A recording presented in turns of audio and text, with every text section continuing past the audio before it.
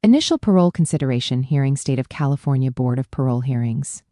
In the matter of the life-term parole consideration hearing of CDC number J38001, John Villa, Ironwood State Prison, Blythe, February 16, 11:30 a.m.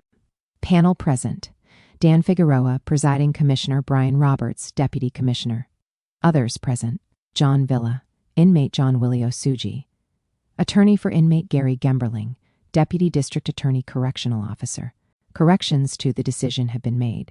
No yes transcript: Janice Jones, transcriber, PROCEEDINGS. Deputy Commissioner Roberts: Good morning, everyone. We're on the record. Commissioner? Presiding Commissioner Figueroa. Okay, today's date is February 16th, 2012. The time is approximately 11:30. We are at Ironwood State Prison, and this is hearing, right? Inmate Villa, yes. Presiding Commissioner Figueroa for Villa, LLA. His first name is John, John. CDC number is J-38001. Villa was received by CDC on October 21st, 1994 in the county of Santa Barbara. His controlling offense in this case was murder second. The case number is 197,987 and resulted in a sentence of 20 years to life. His minimum expected parole date in this case is November 12, 2012. We do note that you did postpone. I believe you were out to court. Inmate Villa, actually, was court. They just moved it because I was in federal court. I didn't sign anything. I didn't even know it. They had changed the date. I was going to do the hearing in San Quentin, and like 3 days before the hearing, they me over. Presiding Commissioner Figueroa, okay, may talk about that a little bit more, but the hearing is. Their full name, spell your last name. When it comes to your turn, sir, state your CDC number, please. I'm going to start it out. I'll go to my right. I'm Dan Figueroa, Figueroa, Presiding Commissioner. Deputy Commissioner Roberts, good morning. Brian Roberts, Roberts, Deputy Commissioner for the Board of Parole Hearings. Deputy District Attorney Gemberling, good morning. Gary Gemberling. It's Gemberling. I'm a Deputy District Attorney from the county of Santa Barbara. Attorney Osuji, John Willie Osuji, the attorney for the inmate. Inmate Villa, John Villa. Presiding Commissioner Figueroa, okay. We also note there's a correctional officer in the room for security purposes, who may be relieved from time to time by another officer. Okay, Villa, before we proceed, we usually conduct a review for disability. You did sign a form with your counselor on September 27, 2011, and on that form it was asking you if you were going to need any assistance with the hearings, having to do with any disabilities, and you said you would not. I'm going to ask you to read that form on the desk there to yourself, sir. Then I'm going to ask you a question about it. Inmate Villa, okay. Presiding Commissioner Figueroa, what does that mean to you, Mr. Villa? Inmate Villa, basically, if I have problems understanding process, you guys know I'll get assistance. Presiding Commissioner Figueroa with disabilities? Inmate Villa, yes. Presiding Commissioner Figueroa, okay. You have your GED? Inmate Villa, yes, I do. Presiding Commissioner Figueroa, okay. Have you ever had a learning disability that you know of? Inmate Villa, no. Presiding Commissioner Figueroa, okay. You ever been part of the mental health program? Inmate Villa, yes. Presiding Commissioner Figueroa with the Department of Corrections? Inmate Villa, yes. Presiding Commissioner Figueroa with CCMS? Inmate Villa, yes. Presiding Commissioner Figueroa, how long ago that? Inmate Villa, it was from 2005 to 2010. Presiding Commissioner Figueroa, okay. Were you given medication? Inmate Villa, I wasn't given any psych medication. It was related to my heart condition. It was cardiac-related anxiety. Presiding Commissioner Figueroa, you didn't get medication for that, huh? Inmate Villa, no, because it was related to a medical condition, so it wasn't a righteous psych thing. Presiding Commissioner Figueroa, are you taking any medication now? Inmate Villa, yeah, for my heart. Presiding Commissioner Figueroa, what kind of medication is that? Inmate Villa, I take atenolol to regulate my heartbeat, and I take gemfibrozil for cholesterol. Presiding Commissioner Figueroa, okay. Are those prescription glasses? Inmate Villa, yes, they are. Presiding Commissioner Figueroa, okay.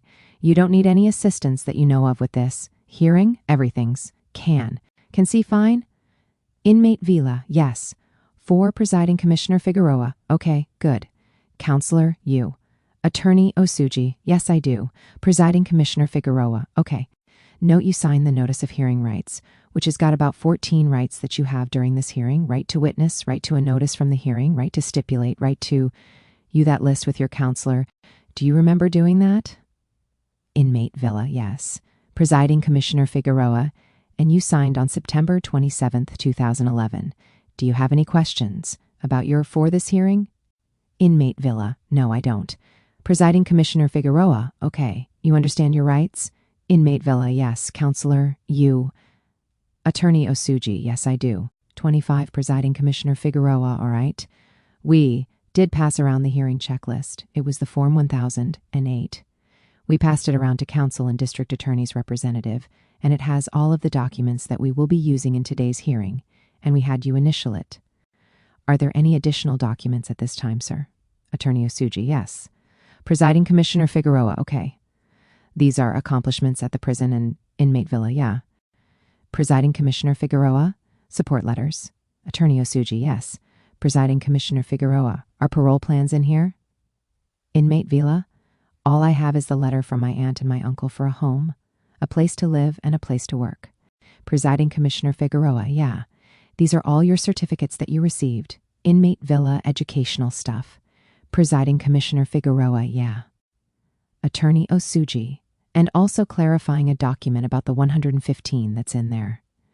Presiding Commissioner Figueroa. Okay, review this. And I want to ask the representative from the district attorney's office if you want to look at this. Deputy District Attorney Gemberling, thank you. Presiding Commissioner Figueroa, it's just some of his accomplishments here. Okay, and I'll ask the Deputy Commissioner Roberts, we using any portions of the confidential files today? Deputy Commissioner Roberts, well, information in the confidential file, we may use it today. Sure, if we do use it, we'll disclose the nature of the type of documents that we use, if we use it for the purposes of determining suitability or non-suitability. Presiding Commissioner Figueroa, okay. And do you have any preliminary objections? Attorney Osuji, we do not have a preliminary objection at this time. But we do reserve that right because of the fact that the psych report is strewn with a lot of incorrect information of the inmate. And we were going to object to because this is his initial, he has opted to waive that and continue with this hearing today, where the Deputy Commissioner will be reviewing his psych report. Would like to point out those incorrect statements, a whole lot of them that we needed to make to the psych report. And at the end, probably the panel might want to ask for a review of the psych report or for a new psych report for this. That's all. Presiding Commissioner Figueroa, well, at this time, I think we better discuss that, because if there are errors in there that exceed, are they typographical or are they statements you say, but? Inmate Villa, they're informational, where there's a lot of information in here that it doesn't pertain to me. Attorney Osuji, exactly, okay. Deputy Commissioner Roberts, well, we better go through that. Because if we determine this commissioner and I have had over the course of this last year at least one case where we've postponed and asked for a new psych because there was sufficient information that made us be concerned that conclusions were drawn over more than the number of the errors that are permitted pursuant to the board's policy on this. Attorney, yes. Deputy Commissioner Roberts, so why don't we go through and do that? Do now, Presiding Commissioner Figueroa, I think we should, because we wouldn't want to get into it later and then have... Attorney Osuji, yes, okay. Deputy Commissioner Roberts, so let's do that now. Attorney Osuji, that's right. Deputy Commissioner Roberts. All right, so we'll go through that with me, and we'll you want to point out where you believe there are errors. Attorney Osuji on page 2. Deputy Commissioner Roberts on page 2. Inmate Villa, under background information, would be on the 1, 2, 3, 4th, and last paragraph where it states, Deputy Commissioner Roberts, okay, Inmate Villa, where it states, I was in foster care. I'd never been in foster care. Deputy Commissioner Roberts, does the rest of the information sound right? Presiding Commissioner Figueroa, where's that again? Page. Attorney Osuji, it's on page 2 on background information. I think it's the 4th paragraph. Northern. Presiding Commissioner Figueroa, on his family. Attorney Osuji, his biological parents, where it starts with his biological parents. Presiding Commissioner Figueroa, oh, see, yeah. Deputy District Attorney Gemberling, where it starts, what? Deputy Commissioner Roberts, his biological parents. Deputy District Attorney Gemberling, oh, biological parents, okay. Presiding Commissioner Figueroa, it says. Villa's childhood. This boy did spend time in foster care. Inmate Villa, yeah. I've never been in foster care. Presiding Commissioner Figueroa, where did she get that from? Or he? Inmate Villa, it was a male. I have no idea. Deputy Commissioner Roberts, okay. Let me ask you, paragraph, that information in that paragraph, correct? Inmate Villa, I would say so, Northern. Deputy Commissioner Roberts, okay. All right, so we have one sentence there that you don't recall telling that person that? Inmate Villa, I've never been in foster care. Deputy Commissioner Roberts, okay.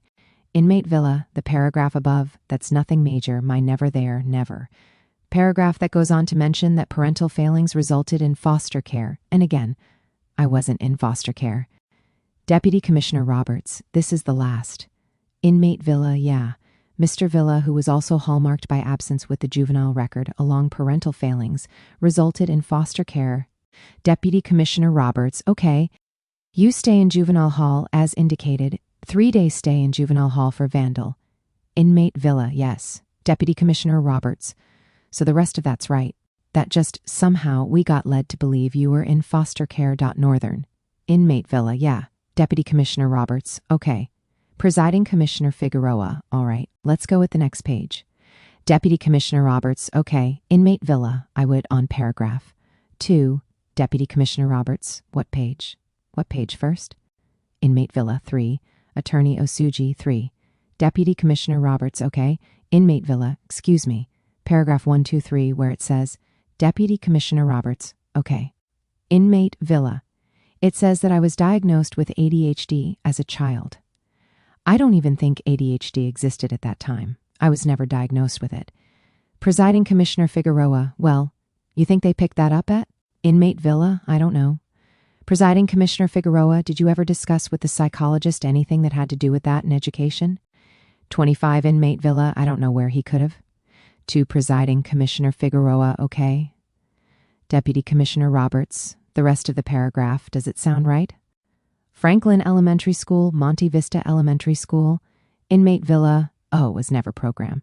Deputy Commissioner Roberts, okay. Inmate Villa, the gifted program, was never that. Presiding Commissioner Figueroa, where was that? At? Inmate Villa, that same paragraph, in the middle of that paragraph.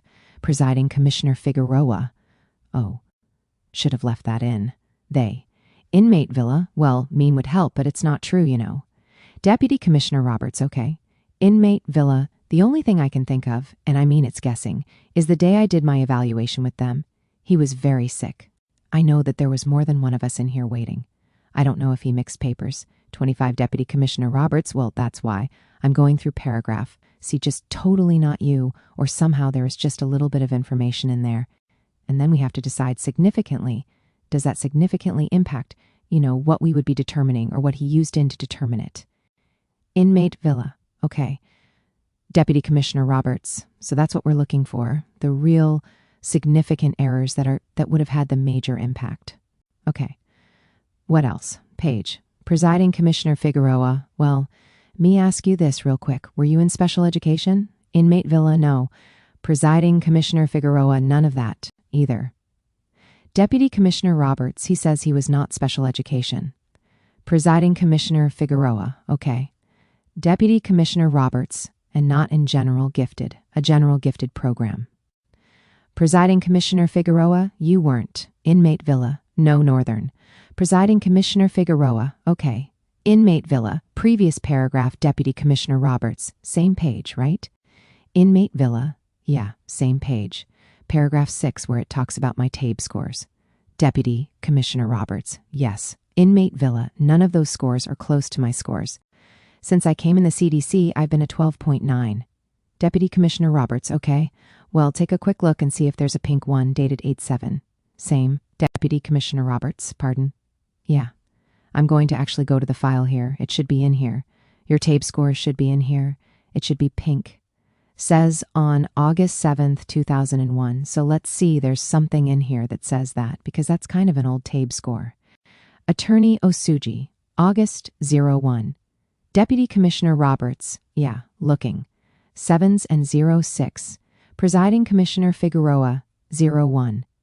Deputy Commissioner Roberts, yeah. Inmate Villa, hey. Northern. Deputy Commissioner Roberts, God, you'd think we were married. Attorney Osuji, that's classification score. Yeah, score. Deputy Commissioner Roberts, nothing in there with that kind of a date. Let me take a look and see if it's in. Deputy District Attorney Gemberling, you have 2 binders, so. Inmate Villa, yeah, District Attorney has out. I also have tape scores in there also. Deputy District Attorney Gemberling, yeah. From all the, well, there's 2 different ones. Deputy Commissioner Roberts, there's newer ones here. I'm looking to see if there's information. It may not be the most current. Presiding Commissioner Figueroa, 2001. Deputy District Attorney Gemberling, 824, some documents. There's August 8th, 2001. That's just a TB chrono. I don't see one that date in here. Yep, that's, the tape scores are in there. There's nothing. July 1st, 2000. There's nothing. There's nothing. There's neither white nor yellow or pink. Nope. I don't see anything. Deputy Commissioner Roberts, yeah. Attorney Osuji, on the same paragraph, Inmate Villa, the same paragraph. At the bottom it says, my current placement score is 157. That's a classification score, I believe. Presiding Commissioner Figueroa, yeah. Deputy Commissioner Roberts, yeah. Well, we've talked about, your attorney and I have talked about that. They'll often say placement. They mix those up, and I know the difference because a placement score is not going high. Inmate Villa, yeah. Deputy Commissioner Roberts, a classification score will be. Not a placement score. Inmate Villa, the next page, page 4, the 3rd paragraph, my daughter was old at my arrest. She was born 8 months after my arrest. Attorney Osuji, where it starts with marital relationship history.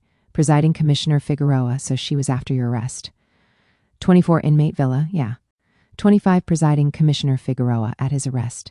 She put at his arrest. That's not that significant, but 3 Deputy Commissioner Roberts, I think, so far. Okay. Attorney Osuji, continue. Presiding Commissioner Figueroa, 11 months old, your arrest, you. Inmate Villa, yeah. Deputy Commissioner Roberts, no, he said she was born 8 months after his arrest. She wasn't born yet when he was arrested. Inmate Villa, no. Deputy Commissioner Roberts, okay. All right, keep going. Inmate Villa, at the bottom where it says employment income history, it mentions me being a busboy. Was never a no. I don't know where that came from. Deputy Commissioner Roberts, well, you in the kitchen in CYA? Inmate Villa, I worked in the bakery. Deputy Commissioner Roberts, okay. You didn't work the line or any of that kind of stuff? 24 Inmate Villa, no. 25 Deputy Commissioner Roberts, didn't work in the kitchen? I think we should ignore that. Inmate Villa, yeah, in the bakery, in the main kitchen. Deputy Commissioner Roberts, yeah. That's not big thing either. Inmate Villa, the only reason why I'm bringing it up, because I'm wondering if he's got my stuff mixed with someone else, or I don't know what's... Deputy Commissioner Roberts, yeah. That's why each and every one of these paragraphs I look to see, is there other information that's you? And so, all right, keep going. Inmate Villa, next page, first paragraph. Job training in the community was nil. He has no vocational training. On the streets, I was co-owner my own business, and I was learning on job landscaping, painting, plumbing. I did have some job training. Deputy Commissioner Roberts, okay. Inmate Villa, that we discussed, not in there. Deputy Commissioner Roberts, okay. Presiding Commissioner Figueroa, have you taken courses in paralegal? 25 Inmate Villa, yeah, I've got 2 of them in what I've submitted. Deputy Commissioner Roberts, so everything else in that paragraph's correct, right? Inmate Villa, yes. Deputy Commissioner Roberts, got your GED, paralegal.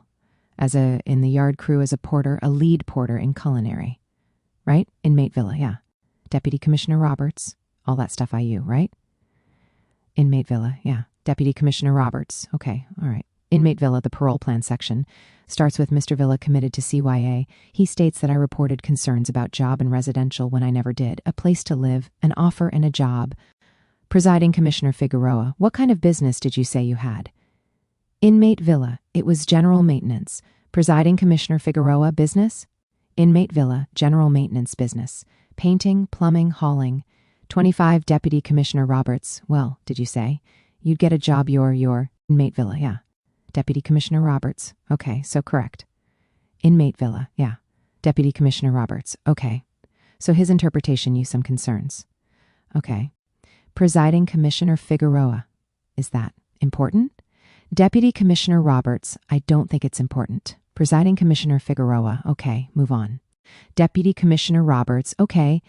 Inmate Villa on clinical assessment, the bottom of that same page, it says I was on CCMs in the early 2000s. But that wasn't until 2005 when I went on for medical reasons. Deputy Commissioner Roberts, yeah. Again, with regard to, were you on again on March 17th, 2010? 23 Inmate Villa, yes.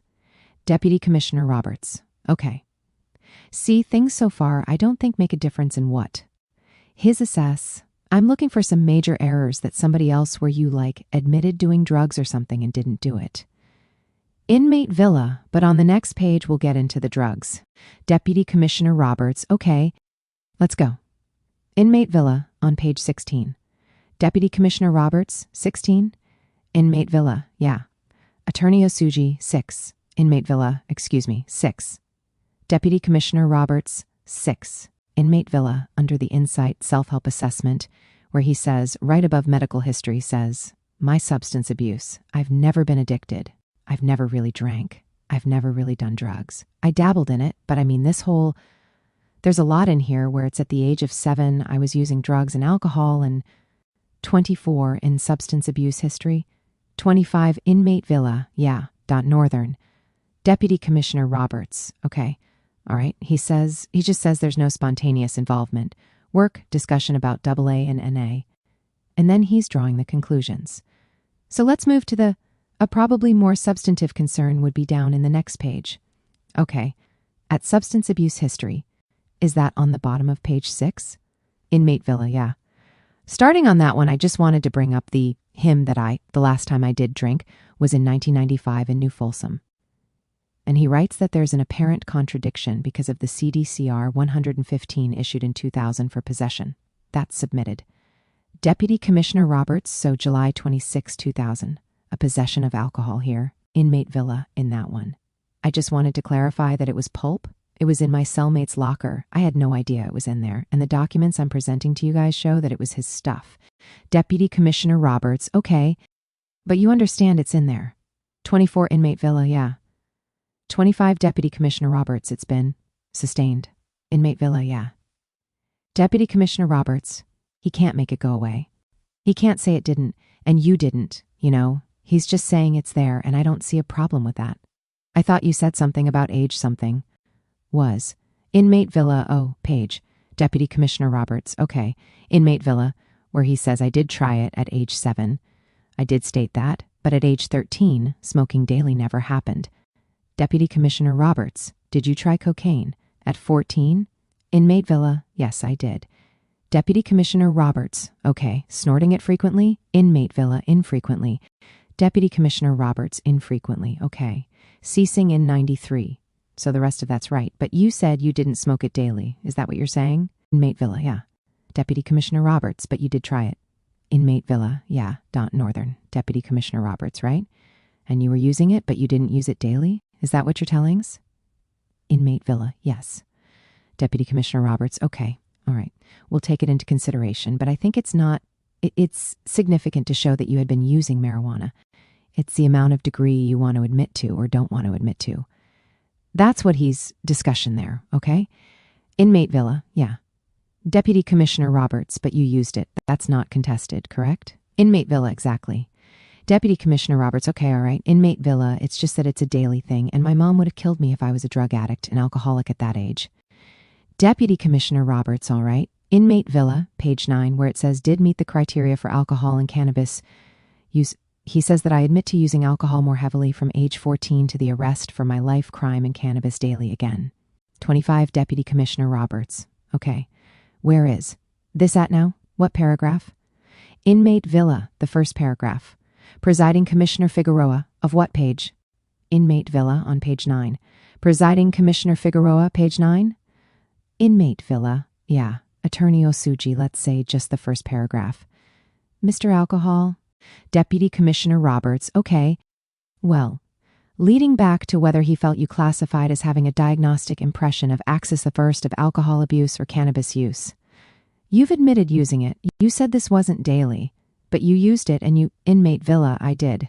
Deputy Commissioner Roberts, you're not. Disputing that? Inmate Villa, no. Deputy Commissioner Roberts, okay. Inmate villa, 25 Deputy Commissioner Roberts, I understand. Again, you're disputing. Disputing frequency and inmate villa, yes. Deputy Commissioner Roberts, okay, all right.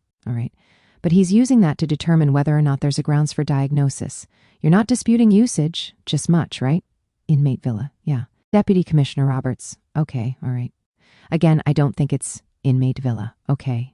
Deputy Commissioner Roberts, I understand. Inmate villa, all right. Page paragraph where he has me vandalizing stuff at age 9, drinking at 7, drinking at 12. None of that's true. I've never been arrested for vandalism at age 9. My first arrest was at age 13.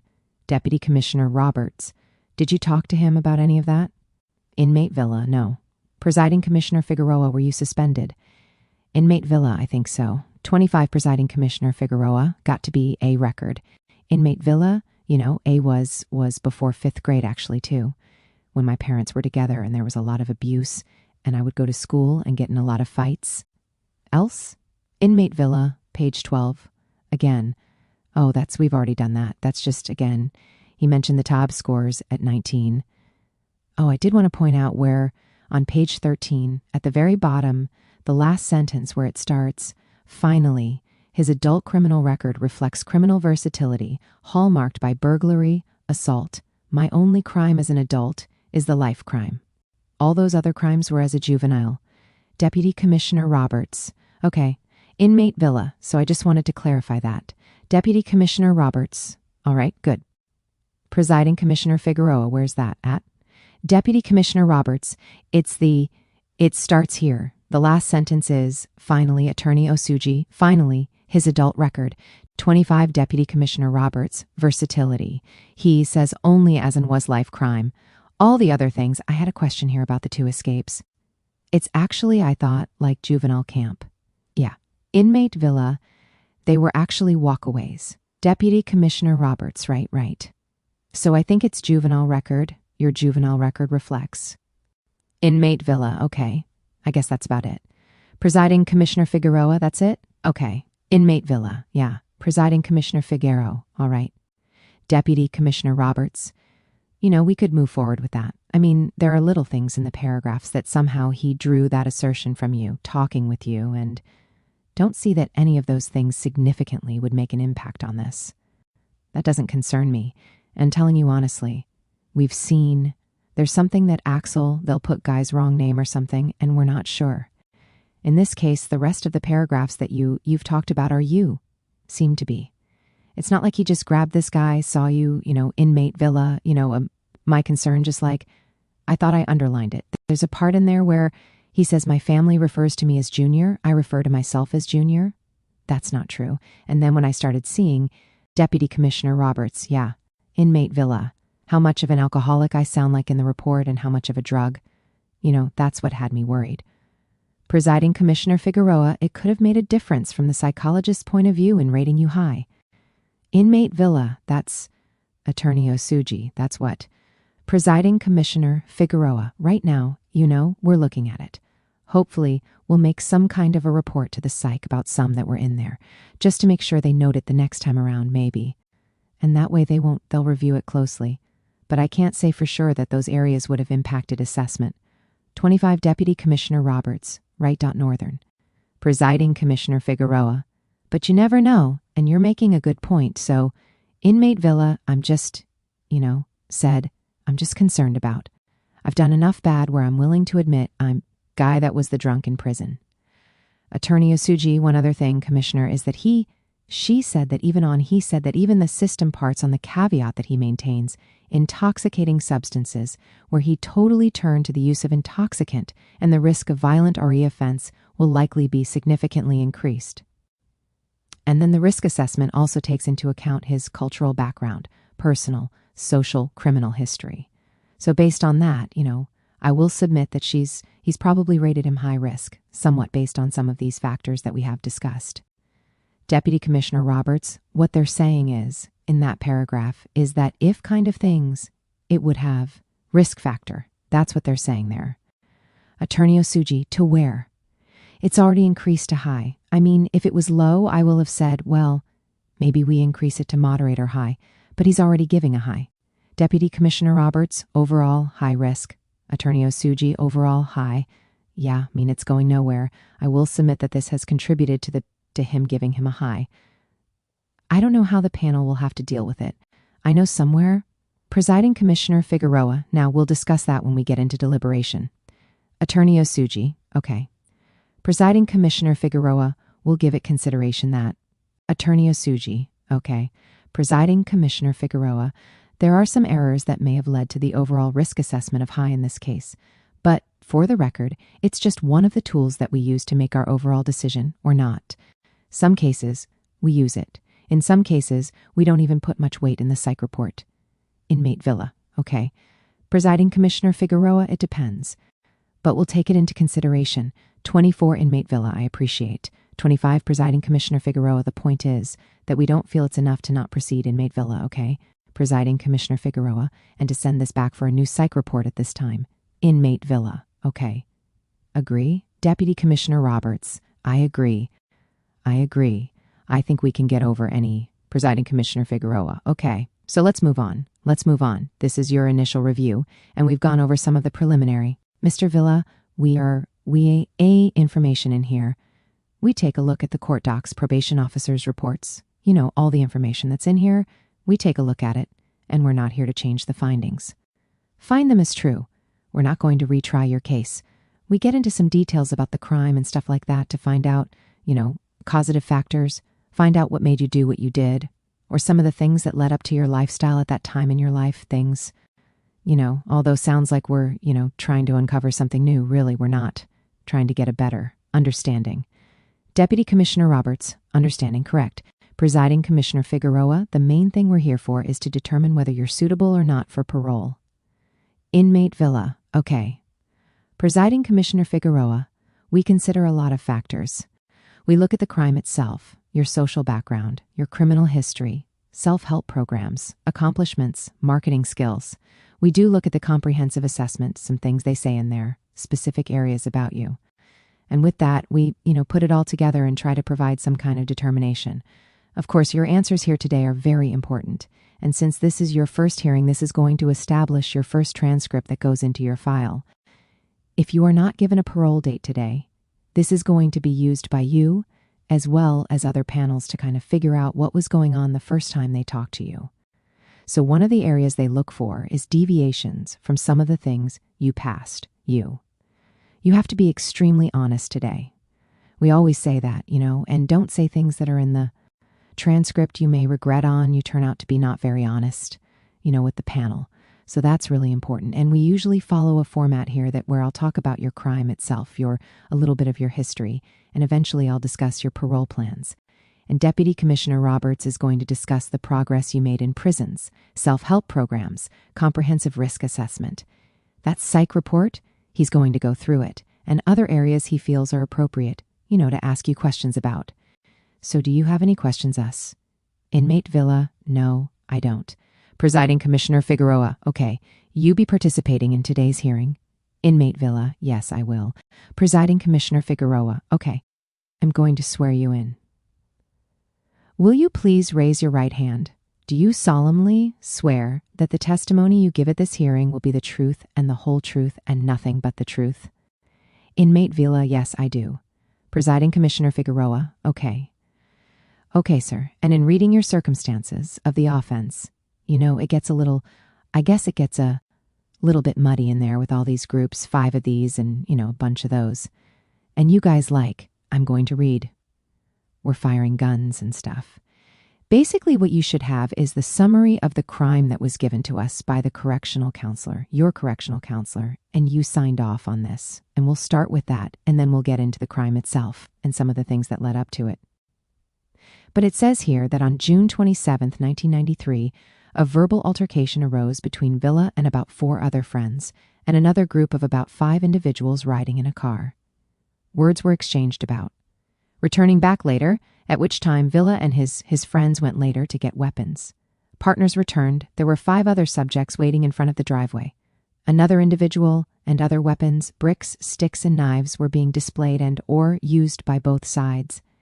Villa fired into a crowd, the crowd of rivals, 2 or 3 times, and then fled the while leaving the scene. Villa admits to insane accomplice that he had shot one of the individuals in the head. After witnesses were questioned, it led to the questioning and subsequent charging of Villa. That sound right, sir? Inmate Villa, basically, yeah. Presiding Commissioner Figueroa. Okay, now, it says over here in your version that Villa states he doesn't dispute the findings of the court. Of course, the probation officer's report goes into great detail about, you guys was exchanged and, talking forth, you may mistaken, I guess, one of them that you thought was a weapon. But it was not a weapon. I don't. Tell us what was going on that day. What was happening? Inmate Villa, from the beginning of the day? Presiding Commissioner Figueroa, yeah. Inmate Villa, was going to be a barbecue at Oak Park, and somebody was baptizing their son. The reception was going to be there, and initially even going changed I showed up. We were drinking for quite a few hours there, and when it got dark, we decided to go across the bridge and continue partying at that family's apartment. And when we went in, I was the last one to go in. I noticed a carload of individuals there and didn't seem right in the area we were at. I asked them what they were looking for. Anyway, I wound up leaving and we went inside the apartments. Later we came back. Out, same group, same car drove by us, stopped and yelled out a rival neighborhood and said they'd be back. And when that happened, Presiding Commissioner Figueroa, what was the group? Inmate Villa, it was Goleta, they yelled. Presiding Commissioner Figueroa, that's the name of the other gang? Inmate Villa, yeah. And they were all older than us. A lot, Few years, about 10 years older. We could tell by just by looking at them, and it was decided to go get some guns. And we went to one of my co-defendants' house, retrieved a couple guns. Presiding Commissioner Figueroa, did anybody have guns at this time before you went to get guns? Inmate Villa, no. Presiding Commissioner Figueroa, so when you get a couple of guns, you mean 2 guns? Inmate Villa, yes. Presiding Commissioner Figueroa, and then who took the 2 guns? Inmate Villa, the same guy had both guns. He retrieved them, and he gave one to another co-defendant, one, and he kept one. Presiding Commissioner Figueroa, did you have a gun at this time? Inmate Villa, no, I didn't. Presiding Commissioner Figueroa, go ahead, keep going. Inmate Villa, and we went back, and we were in the apartments for about 40 minutes, and actually we didn't think they were coming back. And we decided, let's pitch in some money, buy some more. As we were pitching in the money, the apartments, the carport area to come in, it's kind of like an alleyway. It's very dark. And we were in the carport, and other individuals, basically the only 2 facing the street. And as I'm looking forward, I notice a couple guys' driveway. The 2 youngest guys with us, a 13-year-old, a 15-year-old, started running towards them. And I just yelled, hey, it's not them, just come back, as they were coming back. Presiding Commissioner Figueroa, why were they running? Inmate Villa, because, remember, we were thinking that these guys are enemies, were going to come. One, assault us. Presiding Commissioner Figueroa, were they running to them to fight? Inmate Villa, to go get them, yeah. Presiding Commissioner Figueroa, with Inmate Villa, yeah. They didn't have any weapons. Presiding Commissioner Figueroa, nothing. Inmate Villa, so as they ran there, they got halfways, yelled, hey, come back. And as they turned around and they were coming us, watching it was 2 or 3 of them. Presiding Commissioner Figueroa, do you have a gun in your hand at this time? Inmate Villa, no, I don't. I don't have any weapons. Passed. That's who they went to chase. So when they turned around and walked back towards us, the 2 or 3 that ran past actually started trying to sneak down behind them into the carport. The other individuals that didn't pass, their other friends came on this side, and they're coming down towards us. So I'm looking, and I tell one of the guys I'm with, look, and they're coming towards us. So I'm waiting to see, what are these guys going to do? They got about halfways in. The 2 young guys are almost all the way back towards us. They must have stepped on something, or they made some noise where these guys spun around and they started yelling our neighborhood. You started. No, the neighborhood I used to live in. They yelling West Side and ran towards them. When they ran towards them, everybody else. I thought everybody in the group I thought we all took off running in that same direction. Later found out some went through the apartments up the other way and came down. But me and a friend of mine, Alberto, we were the last 2 to go. We ran out. There was no shots fired in the apartments. We ran out to the street and they were at the corner and there was about 5 of them. And I knew it was the same group because the guy that was sitting shotgun in the car had a Raiders hat on, and he was the one standing in front of all these guys. And I didn't know why they were there, what they were there for. They still hadn't said a word to us, so I started trying to tell them, hey, what do you guys want? Are you doing here? They wouldn't answer. I started asking them, do you know where you're at? You're on the west side. Do you have a problem? What's the problem? They still wouldn't answer. So then I went and told them, look, we're celebrating a baptism. Why don't you guys go to the park? If you're looking for something, go to the park. At that time, my co-defendant, the youngest one, Soto, he reached up and he slapped Carlos, the man that died in this case. He slapped him. When he slapped him, Mike Morello, the one in the Raiders hat, he stepped back and he reached behind him and started to pull something out. And as he's doing that, he's yelling, what's up then? When he did that, the man standing on my left, Anthony Ortega, pulled the gun out, and that's when all the shots started. It just happened to where, as he started shooting, Eric Salines, who I guess went up the apartments and came down the other street, wound up behind the group. As Ortega starts shooting, they spin to run away from him, but now they're running at Salines. When he sees them coming, he takes off running. Now he's in front. They're chasing him. The rest of the group I turned around and told Ortega, give me the gun, because he just stopped. I said, give me the gun. I chased him up the street, chased him into a little housing complex. It was a dead end, and I'm yelling, clumsy, get, that's Salines. He never turned around, so I'm thinking he can't get out of there. As I'm running down there, these guys are all, that I see, they're all in front of me and to my right.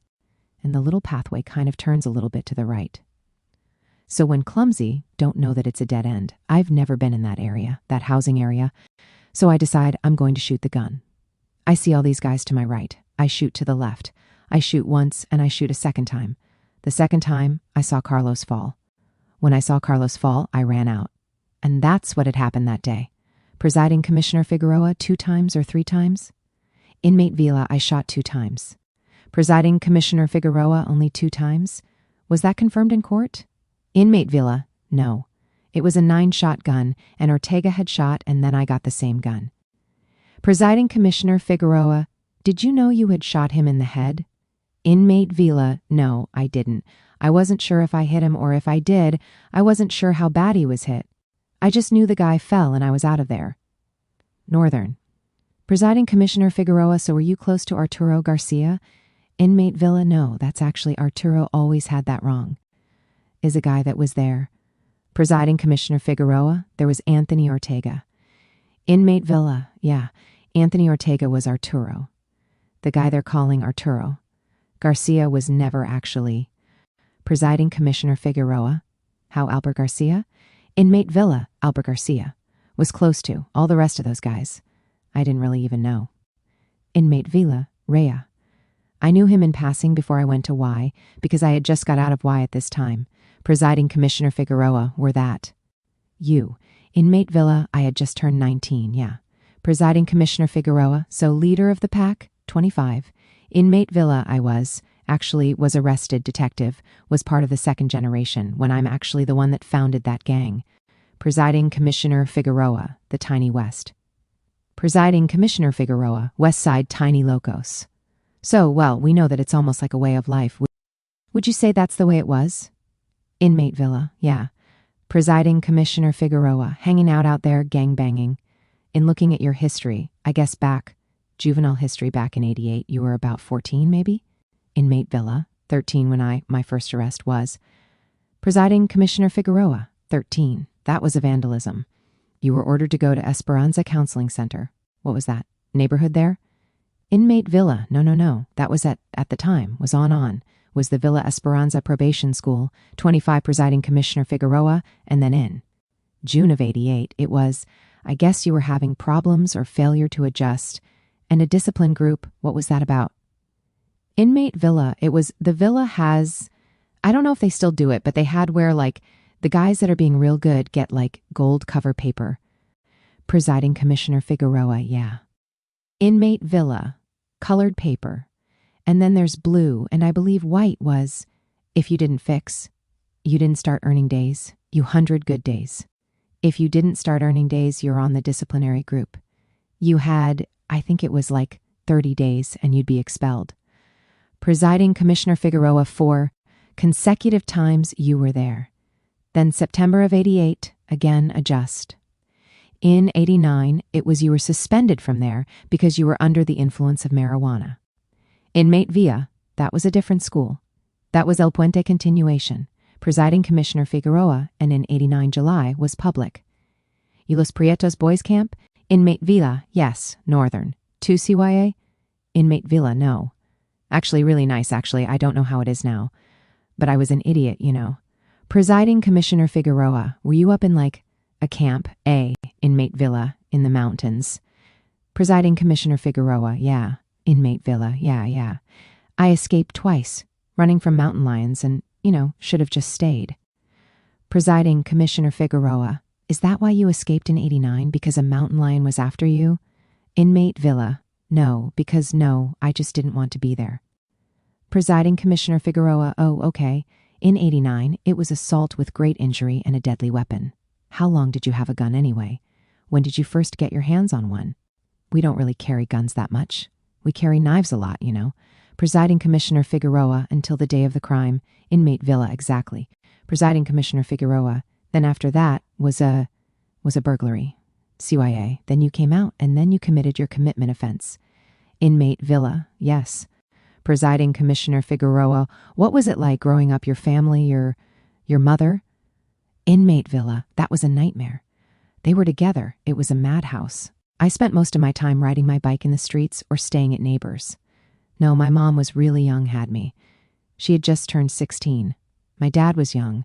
My mom was raised in foster care. 20 Presiding Commissioner Figueroa, what'd your father do?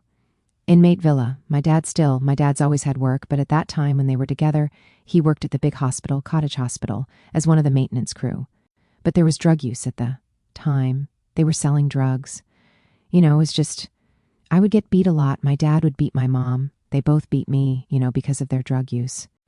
Just going in the house, I could get beat, so a lot of times I stayed in the streets. Presiding Commissioner Figueroa, what kind of drugs you use as a youth? Inmate Villa, I didn't really. I tried coke. Maybe in my entire life, 10 times never, like days in a row. Maybe at a barbecue, they'd have some, but those were like basically it, just marijuana. Presiding Commissioner Figueroa, so then you went to prison, and in prison, what kind of groups did you hang out with in there? Who did you hook up with right off? Inmate Villa, Presiding Commissioner Figueroa, you hooked up with Inmate in, where was your reception at? Inmate Villa, Wasco, Presiding Commissioner Figueroa, Wasco. Is that where you hooked up with them? Inmate Villa, that's when I started running mean, and why we already had. Presiding Commissioner Figueroa, right. Inmate Villa, all that stuff put in our head and so on. Presiding Commissioner Figueroa, you had that mentality even before that, but Inmate Villa, yeah. Presiding Commissioner Figueroa, so you went there. That was like one of the things you had to do. Inmate Villa, Presiding Commissioner Figueroa, and you stayed with them on and off. So what'd they have you doing at the beginning?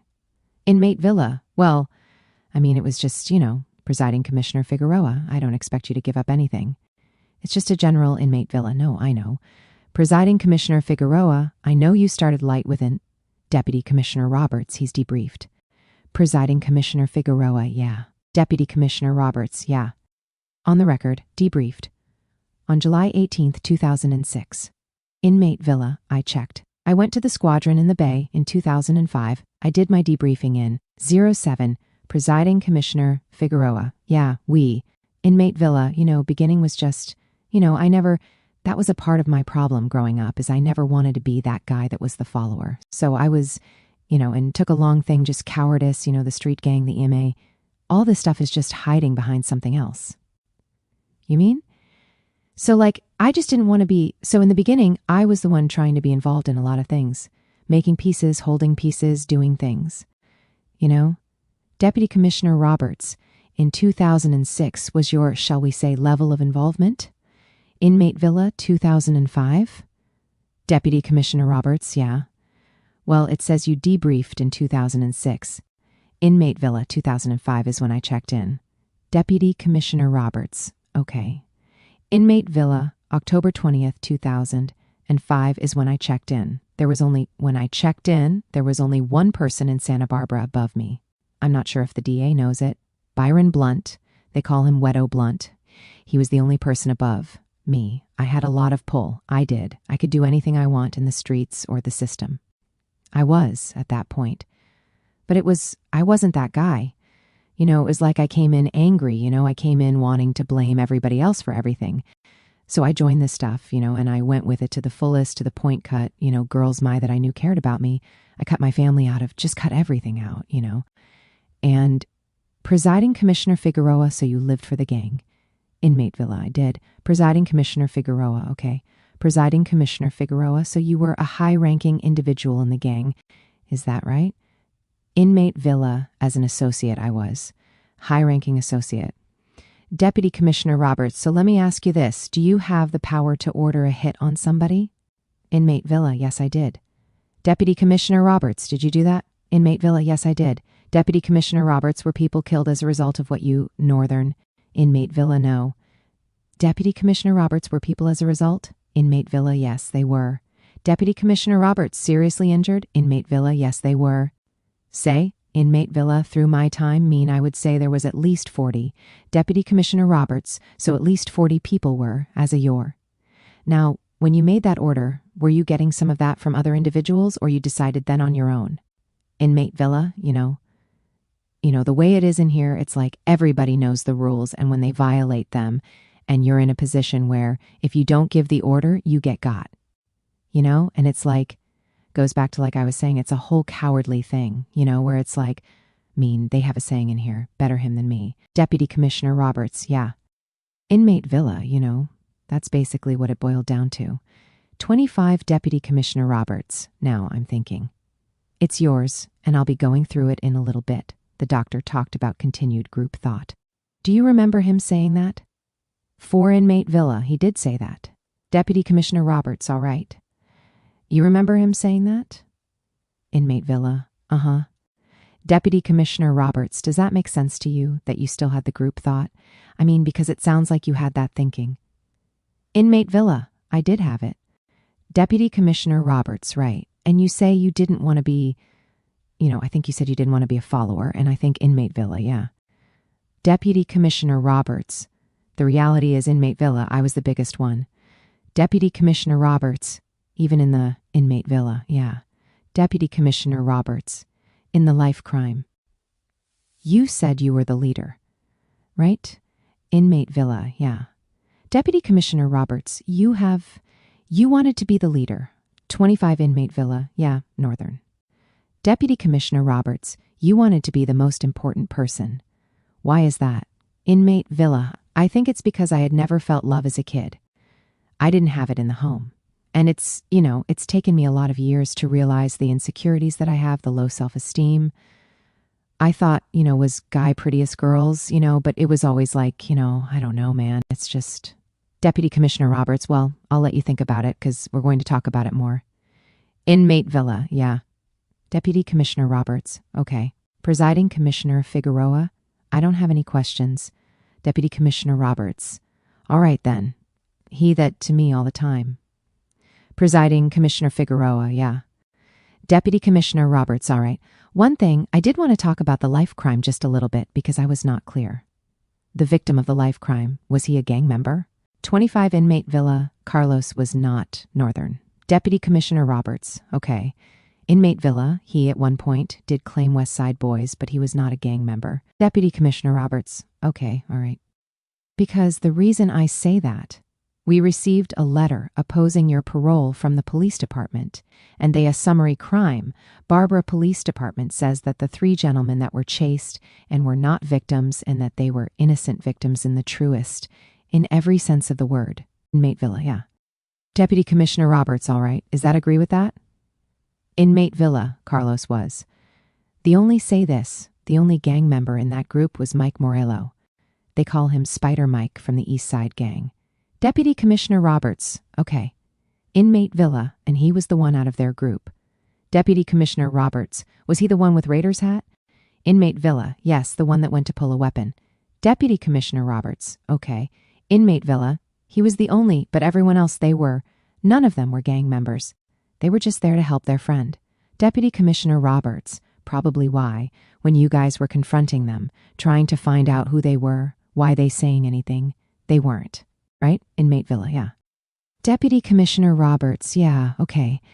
All right. I just wanted to find, last night was reading through some of your material, and I wasn't clear whether, in fact, I think we were looking at that this morning, whether these other guys were gang members or not. And Inmate Villa, no, it was only Mike Morello. Deputy Commissioner Roberts, okay, all right, okay. I think we're going to move to the post-convictional factors and information.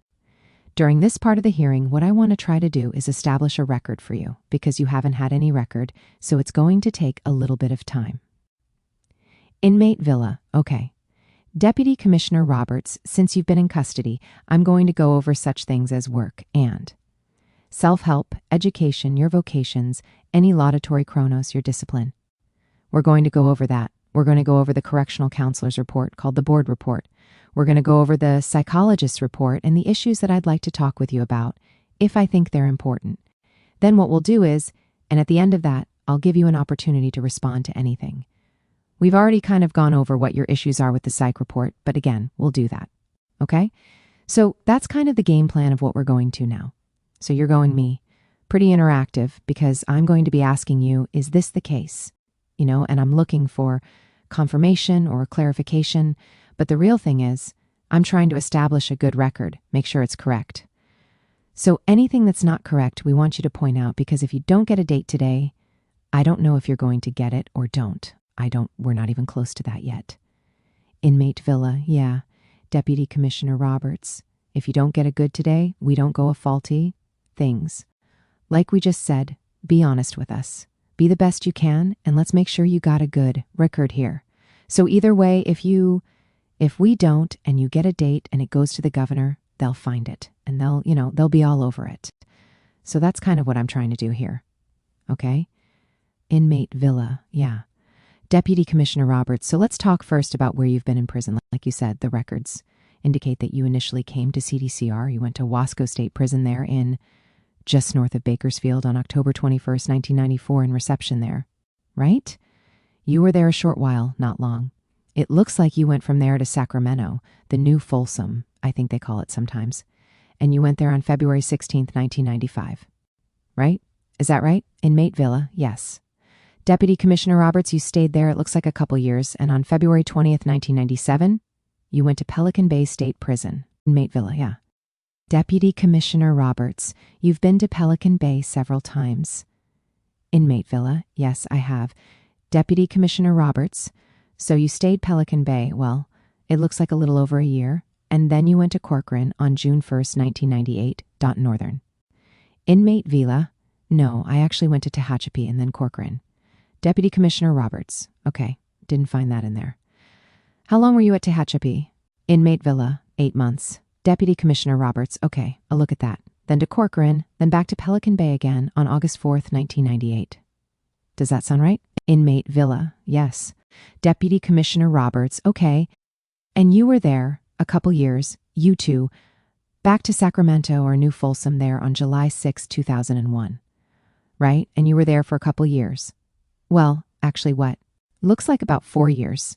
Inmate Villa, yeah. Deputy Commissioner Roberts, almost 5 and 4 years, and you went to Pelican Bay again on July 19th, 2005, and then stayed there for about 4 years. You went to, we call it Lancaster, LA County Prison. That's on July 31st, 2009 there. You came Ironwood State Prison on January 20th, 2011, right? Inmate Villa, yeah. 25 Deputy Commissioner Roberts, okay. So why all? The Trips Bay? Do with the gang stuff? Inmate Villa, exactly. Deputy Commissioner Roberts, okay. And I'll say Corcoran is another piece of that model there, right? Inmate Villa, yeah. Actually, the Corcoran thing was caught Tehachapi. And I was just on a layover in Corcoran. I was on a 2-month layover back to Pelican. Deputy Commissioner Roberts, so if you were to estimate, what do you estimate? How much shoe time have you? Many years? Inmate Villa, 7. Deputy Commissioner Roberts, 7. Inmate Villa, about 7. Deputy Commissioner Roberts, okay, all right. Currently you're, right? Could be that's because you debriefed. There's debriefing chrono in there dated July 18th, 2006, and you said you basically started the process in 2005? Inmate Villa, yeah. I don't know if you're aware of how it works in Pelican Bay. Deputy Commissioner Roberts, yeah. Inmate Villa. It takes a while to actually get the northern. Deputy Commissioner Roberts, get there. Right. Inmate Villa, Liu up there to do whole thing. Deputy Commissioner Roberts, okay. So how late in 2005 did you start that process? Because we're about mid-Inmate Villa. Well, Deputy Commissioner Roberts, the debriefing documents say about July of '06. So when did you start that? Inmate Villa, I went because, they have to. It's a whole secret thing they have to do in the SHU, or else, they start trying to spear you. Deputy Commissioner Roberts, yeah. Inmate Villa, on October 20th, 2005, is when I went to the gang unit. They pulled me back. And I told them, look, I'm done, and what it was is Devon Hawks and everybody, they had no information that I was in trouble, so they had to proceed a little bit cautiously. You know how it is with the whole Deputy Commissioner Roberts, right? So you were in trouble with the gang? 25 Inmate Villa. No, I wasn't Northern. Deputy Commissioner Roberts, you weren't? You were in good standing, is what I can tell. They didn't believe. That's what Inmate Villa, and they always want to me at first. Whenever guys debrief or let them know, they always want to do this. Are you sure you, and that was a period of, maybe a week or two, are done? Do this? Said, you sure you want to? I'm not that guy, can't anymore. Deputy Commissioner Roberts, okay. So what was it that asked you this? It's real important. Made you decide you're not that guy anymore. What was it that made you decide? Because you had power, you had prestige, you had control of people's lives, you were very important in the gang's eyes. What was it that made you decide to stop all that? Inmate Villa, to be in that life, basically you got to be an animal, and you can only fake it for so long. And all I was doing was hurting guys that I hung around with, guys that I lived with, guys that I knew these are good dudes, Maybe they had a drug problem or something, and I'm hurting these people. 25 Deputy Commissioner Roberts? How so? Deputy Commissioner Roberts, yeah. But see, for a long time you were that animal in Inmate Villa, yeah. Deputy Commissioner Roberts. So something there, an instance, something you can put your finger on that was they would say that the straw that broke the camel's back, or the thing that finally, Inmate Villa, well, could tell you that when committed suicide, that hurt me a lot. Deputy Commissioner Roberts, and when was that? Inmate Villa, 2000. And when that happened, I realized other people's loss and hurt, And that's when things started changing. Deputy Commissioner Roberts, all right. And so was there a final, you're starting to talk about a beginning of change, was in the coffin, as it were? 25 Inmate Villa, I couldn't even put my finger on. It. Deputy Commissioner Roberts, okay, all right. Inmate Villa, was just, got to a point where it was like it didn't make sense. And I don't know what it was, Deputy Commissioner Roberts, it kind of sounds like you. I often say guys have an epiphany. I don't, what that word means? Inmate Villa, yes. Deputy Commissioner Roberts, I think you do. You're a pretty educated man. Some guys have an epiphany about something, and usually there's a precursor to it. And then some guys, clearly, it's just this thing just keeps mounting up. Inmate Villa, yeah. Deputy Commissioner Roberts, they have it sounds like you don't have this one instance. It was kind of like, that's enough. Inmate Villa, yeah. Deputy Commissioner Roberts, it was just, all this stuff just add up. Inmate Villa, say that, there was a guy who they wanted to kill him on the yard, and it was going to be a bad call. Stepped in against guys on yard, and I said, this isn't right. And not only did I go against them, but I moved him in my cell. I raised my hand to save him, and then I moved him in my cell.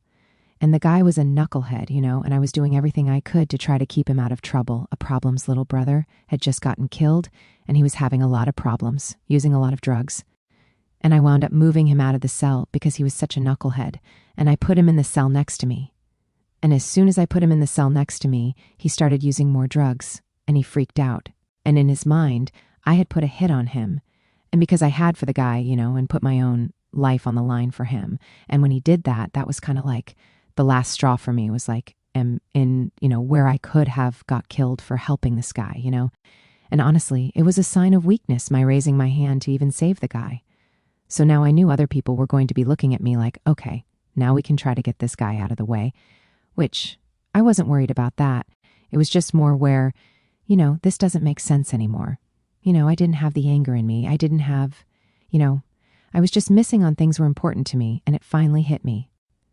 Deputy Commissioner Roberts, so what were those things that you're missing out and are important to you? Inmate Villa. I don't even know how to explain it. I mean, my family.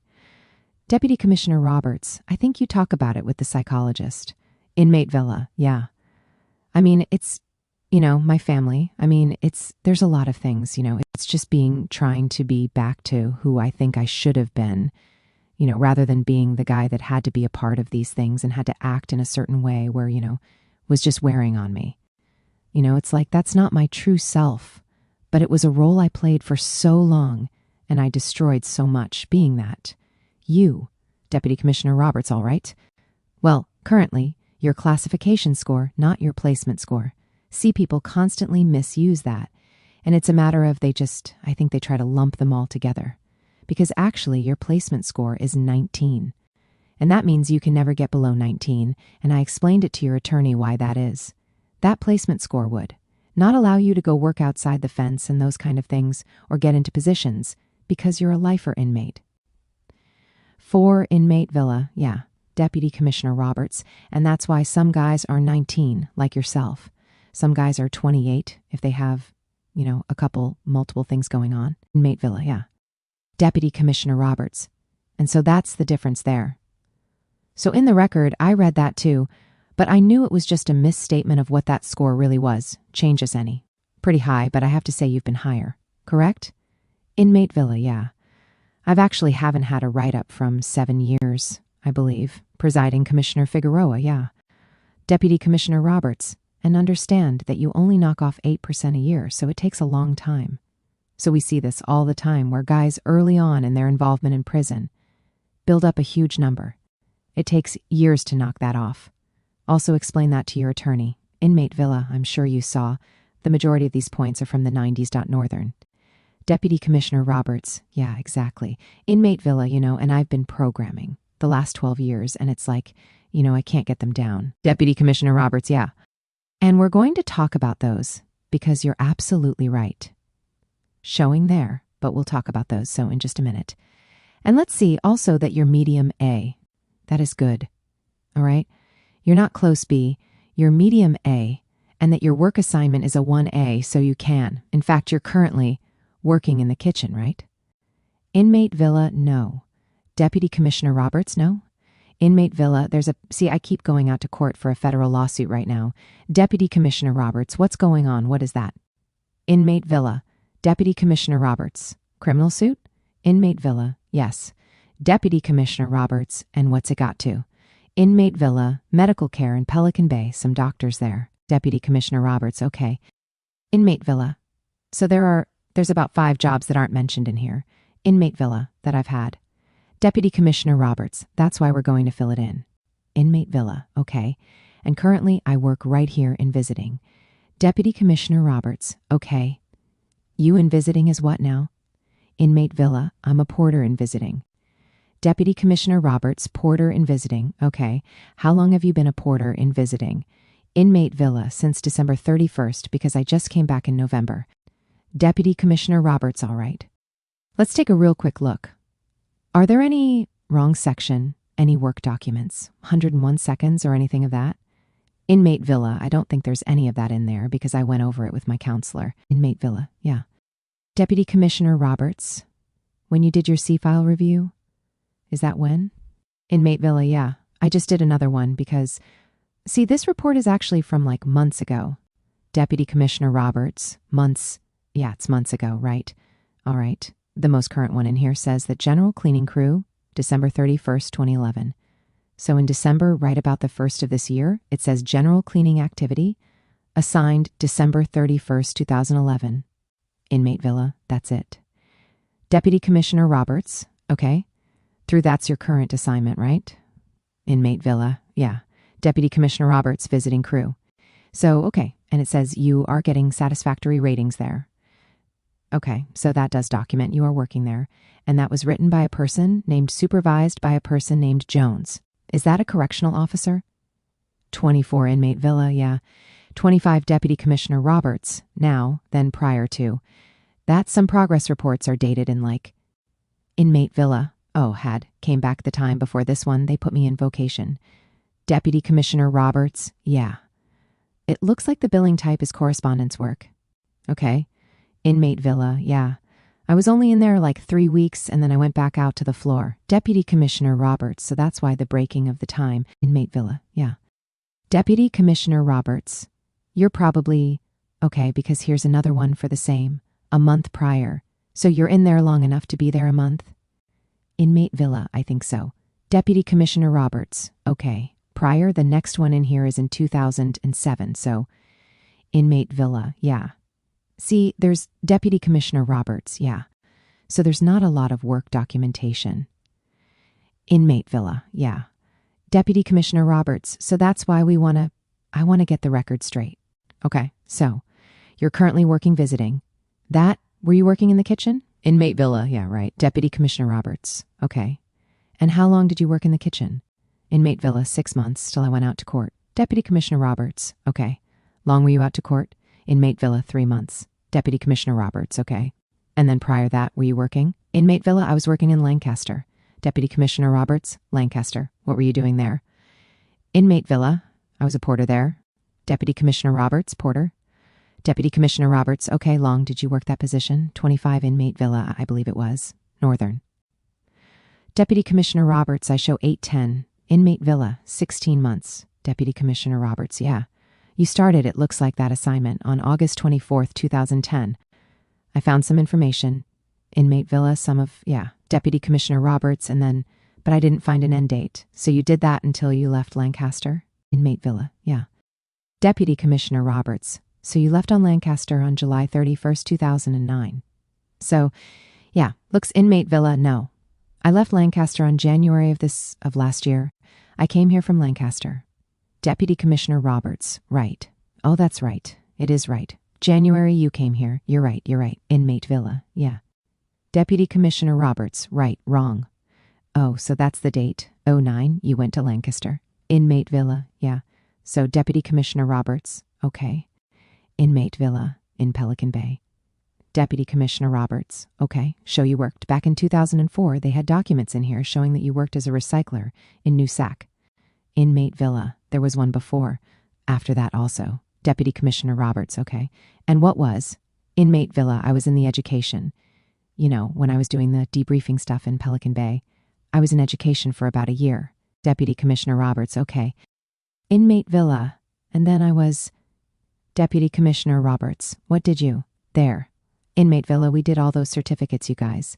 Deputy Commissioner Roberts, okay. So Inmate Villa, we did a lot of that stuff. Deputy Commissioner Roberts, so you're a clerk? Inmate Villa, no. We're just there. Deputy Commissioner Roberts, okay. That. School. Inmate Villa. Education, yeah. And Deputy Commissioner Roberts, okay. So you're Dong. Okay, Northern. Inmate Villa, yeah. We have to do the whole process. Okay, and then after that, I became a food handler. Deputy Commissioner Roberts, okay. Inmate Villa, around that same. Deputy Commissioner Roberts at Pelican Bay? Inmate Villa, yeah. Because I don't know if we're only in one section of a building. So when you get a job, you get 2 jobs, 2 different pay numbers. So I was a food handler and I was a porter for about a year, 8 months. Deputy Commissioner Roberts, they don't seem to be in this file. Inmate Villa, yeah, and I went through it and we couldn't find any of it. Deputy Commissioner Roberts, yeah, okay, well that's good. That's why I want to get the record straight. Inmate Villa, yeah. Deputy Commissioner Roberts, so on. Okay. Now, with regard to self-help, I want to kind of go through. You gave us a folder here. Got you. Presiding Commissioner Figueroa, just look at some. Inmate Villa, yeah, put some my daughter's golf stuff in there too. Deputy Commissioner Roberts, and she plays softball or something too? Inmate Villa, no, that'll mess her swing up. Inmate Villa, she plays a little volleyball too. Deputy Commissioner Roberts, okay. Right. So let's go through some of these certificates here. I'll use yours, as they're real handy and I don't have to dig through. A certificate dated September 21st, 2007 for making anger work for you. Another one, parenting, practical skills and program, which you have still a child, right? Inmate Villa. Deputy Commissioner Roberts. And that's in November 7th, 2007. Awareness, November 2nd, 2007. Anger management in September 21st, 2007. Communicating in a social world, November 28, 2007. Another one, Framework for Breaking Barriers, October 26, 2007. Program, November 14, 2007. Creative Conflict Resolution in February 8, 08.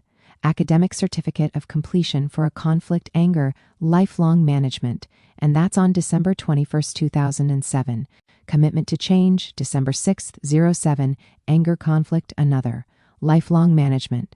Same one, a copy. Inmate Villa, oh, okay. Deputy Commissioner Roberts, yeah, a copy. One's the original, we just read that one. Calm Workbook, November 28, 2007. Thinking Yourself, Decision and Solving Problems, Planning in a Social World, December 7, 2007. We also have your High Equivalency Certificate, dated, we'll talk about it in a minute, March 11, 1996. And then we have some transcripts from Coast Community College, and looks like in the spring of 2008, and fall of 2008, spring of 2009. And then we have a certificate for civil litigation by Blackstone Career Institute, same personal injury and torts, and a listing of the classes you attended and exams you got with result. Okay. What else do we have here? Okay, so it looks like, would it be fair to say you started programming? 07 is when you were starting programming? Inmate Villa, yeah. That's when I got back out of the chute. Deputy Commissioner Roberts. And then prior to that, you weren't interested? 23 Inmate Villa, no. Deputy Commissioner Roberts, okay, I'm being honest. I mean, I'm looking at a guy who's high up in the gang. He's not going programming. Okay. So let's things you've learned since 07. I saw that victim awareness. Was that like a weekend little seminar? Inmate Villa, well. Deputy Commissioner Roberts, did they bring victim's family or whatever too? Inmate Villa. You know what they did is they showed us a lot of videos, and they showed us one call and of a lady who a guy broke into the house and wound up killing. They was just a lot of Deputy Commissioner Roberts. Now, let me ask you this. In that, there's one that's, I know it's the weekend workshop where they bring victims, next of kin, or victims of violent crimes out to talk to guys that are lifers. Let me ask you this. Have you attended AA and NA at all? Inmate Villa. I didn't until I was here. Deputy Commissioner Roberts. Okay. And are you participating in the 12 steps? Inmate Villa, since I came back. Okay, when we first opened this yard, there was no AA, no NENA. When they did open it, I got involved. I was elected by my peers as a treasurer. Then I went out to court, came back, went out to court, and I'm supposed to go out to court again tomorrow. Deputy Commissioner Roberts. Okay. Inmate Villa. And the problem I'm having is, because there's only 2 classes a week and there's one sponsor, AA, week the same people will be in NA class. The waiting list is so long, go ahead. Deputy Commissioner Roberts, have you worked on any of this on your own? I mean, clearly, if you can be a paralegal, you can things. Inmate Villa, yeah. Deputy Commissioner Roberts, you're a smart guy. Inmate Villa, yeah.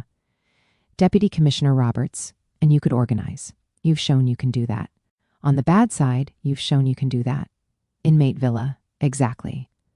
Deputy Commissioner Roberts, and on the good side, you're starting to show you can do that. So have you any steps that regard to knowing the 12 steps, living the 12 steps? Inmate Villa, I've read some of the Blue Book. Northern. Deputy Commissioner Roberts, okay. Right. Inmate Villa, I've read some of the stories in there. I actually got to watch the movie of the founding of it, the AA. Deputy Commissioner Roberts, so you haven't really steps yet? Inmate Villa, but the steps, I have a few memorized, but I don't honestly. Inmate Villa, yeah. Deputy Commissioner Roberts, for us, that you memorize it. It's that you live it and you know it. One of the steps is about making amends to the victim, and it sounds like this victim was not a gang member. He was with a guy that might have been, but the other guys weren't. What have you done to try to make amends to that victim? Inmate Villa, honestly, I've tried writing his son. I've tried writing that letter so many times, but it's like what was taken from that child, my words, I can't write it, I tried. Deputy Commissioner Roberts, it is hard. It is real hard, but it is a necessary step to bring closure to this stuff. I'll give you some insight because you haven't attended the class. What we deal with victims all the time. There's a couple questions they have when you're thinking about writing a letter, when you're thinking about what they're looking for. The first, that victim's family, why? Why they get shot? Why did their son get killed?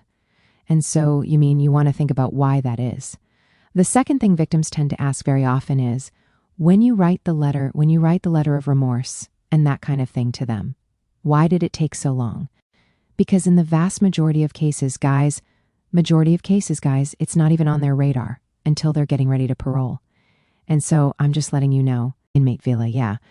Deputy Commissioner Roberts, and so they want to know, why does it take so long? Inmate Villa, right?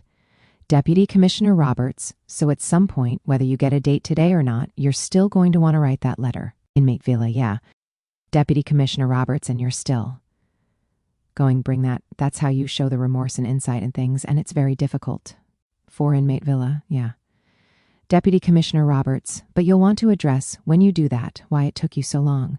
And you, Inmate Villa, yeah. Deputy Commissioner Roberts, get some classes, and even if you don't get date and you don't get classes in here, it's something still you're going to want to bring closure to.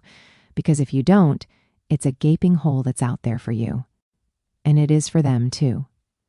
So Inmate Villa and Carlos, his sister, was actually a friend of mine, was you. One of the worst things, seeing like that. Deputy Commissioner Roberts, so you haven't done the 12 steps, but you want to do that. You got the blue book to read. That's good. You can do that study on yourself. A guy. You can get a paralegal stuff. You can get these things to show the panels if you don't get a date. I don't know. You could show it to us. It would be nice if you came in and you showed us your insight and remorse with regard to that. And doing all that programming is what helps you get there faster. Some guys just take the hard road and it takes a long time. Some guys fast track it because they get into the programs and understand it. They get it and they feel it. And we're recognizing that, up until 2005, right in that area, you weren't interested in any of that. Inmate Villa, yeah. Deputy Commissioner Roberts, and your life was like and why it was so long. And so long you were reckless in the things you did and those kind of things, and looking for the forgiveness. You are going to look for forgiveness, those kind of things. Inmate Villa, yeah. Deputy Commissioner Roberts, so I'm just trying to give you some insight into what victims look for, what panels look for. Attorney Osuji, the particular mission I want. One thing I want to add to that is that he made a comment that he has tried writing to the daughter of the victim. I presume that maybe that's why it's very difficult for him to put it together, mail it. Maybe if. One he writes to the victim's services in Sacramento. Deputy Commissioner Roberts, right? The correct way of doing it, and you'd learn in a class, is not to write the letter to them, but not send it to them. Inmate Villa, yeah. Deputy Commissioner Roberts, send it to victim services. What they'll do is they will contact the victim. If they can, they try their hardest to chase them down and tell them they got the letter. First ask them, do you want the letter? Inmate Villa, yeah. Deputy Commissioner Roberts, and you know what? I don't know of any victims I've seen so far that don't want the letter. Inmate Villa, yeah. Deputy Commissioner Roberts, they want to know what's going on with you, and even as hard as it is, and then they'll ask the questions I talked about.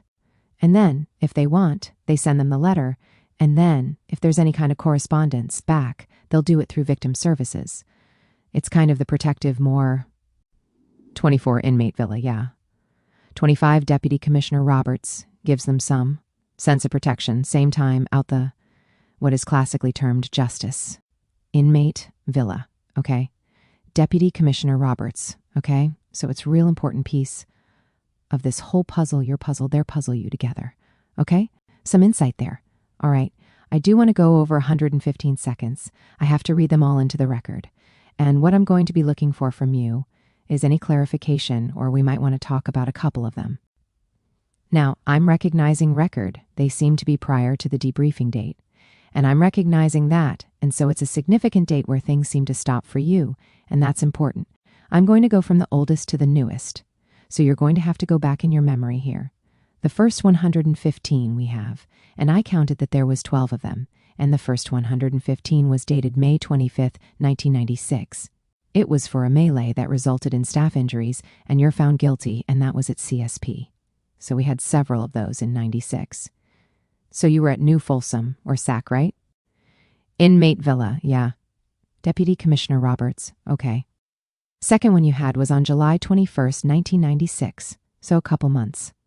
Later, was, again, or CC, and it was for battery on an inmate with great bodily injury. Was that two things gang related? Inmate Villa, yeah. Deputy Commissioner Roberts, okay. And what was your participation in this battery on? Of injury guy get? Guys? Inmate Villa, he had head trauma. Deputy Commissioner Roberts, okay. Inmate Villa, well, one was a melee with the Deputy Commissioner Roberts, yeah. Inmate Villa, the Bulldogs. The second one was, it was another Southerner who was being disciplined on the yard. Deputy Commissioner Roberts, okay. And so he hurt pretty bad? Was. Inmate Villa, he had brain trauma. Deputy Commissioner Roberts, okay. Inmate Villa, I held his legs and somebody kicked him in the head. Deputy Commissioner Roberts, okay, all right. Then your next one was in September 3rd, 1996. It was again still at New Folsom, and it was for calling C, refusing a direct order. Refusing a direct order. Okay, right. One you was on September 3rd, 2019, so you had two. You had two together here, like same. Was calling Cadence. Inmate Villa, Deputy Commissioner Roberts, okay. Is that part gang thing? Inmate Villa, yeah. Deputy Commissioner Roberts, yeah, right. Then a few days later, on September 16th, 1996, you had another one for possession of a weapon. Do you remember what the weapon? Inmate Villa, yeah.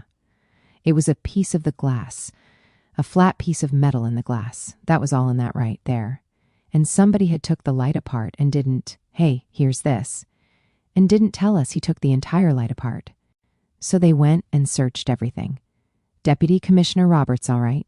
We have, the next one was on September 19th, 1996, still again at the New Folsom, and that was refusing a cell search. And they were searching for a weapon, probably, were they? Inmate Villa, no. We were in ADSEG and my cellmate got in an argument with the CO, and then they wanted to tear our house up and... Deputy Commissioner Roberts, okay. So in 1996, what would you say your status was in the gang in terms of where were you at in the hierarchy? Inmate Villa, at the time, I was helping run SEG. Deputy Commissioner Roberts, okay. You were pretty powerful. Inmate Villa, for a little guy, I guess. Deputy Commissioner Roberts, for a little guy. Inmate Villa, yeah. Deputy Commissioner Roberts, okay. Inmate Villa, I mean, there was other guys there that they actually should have been doing that and weren't. Deputy Commissioner Roberts, oh, okay. But you wanted to be a leader, right? Inmate Villa, yeah. Deputy Commissioner Roberts, yeah. It's part of your personality, right? Didn't want to be a follower. Inmate Villa, used to be. Deputy Commissioner Roberts, okay. December 12th, 1997 at CCI. So there we have CCI. Remember, I didn't have CCI on there? There it is. For the record, that's Tehachapi. Same thing, Northern. Inmate Villa, yeah. Deputy Commissioner Roberts, and you had one for slashing assault on an inmate. What happened there? Inmate Villa, at that time, Tehachapi was a 50/50th yard, and I was active. And everybody on the bus. We were sent down there with orders, get somebody and come back. And I got somebody in R&R. Deputy Commissioner Roberts, okay, you do? Inmate Villa, I cut him right here with a razor. Deputy Commissioner Roberts, and when you say right here, transcript was on face? Inmate Villa, I think it was on his left side of his face. Deputy Commissioner Roberts now, was he a opposing gang or was? Inmate Villa, no. He was a former Southerner. He had turned into an informant. Deputy Commissioner Roberts, okay. And so was it that he was a Southerner or that he was an informant, that he was... Inmate Villa, that he was an informant. Deputy Commissioner Roberts, okay, all right.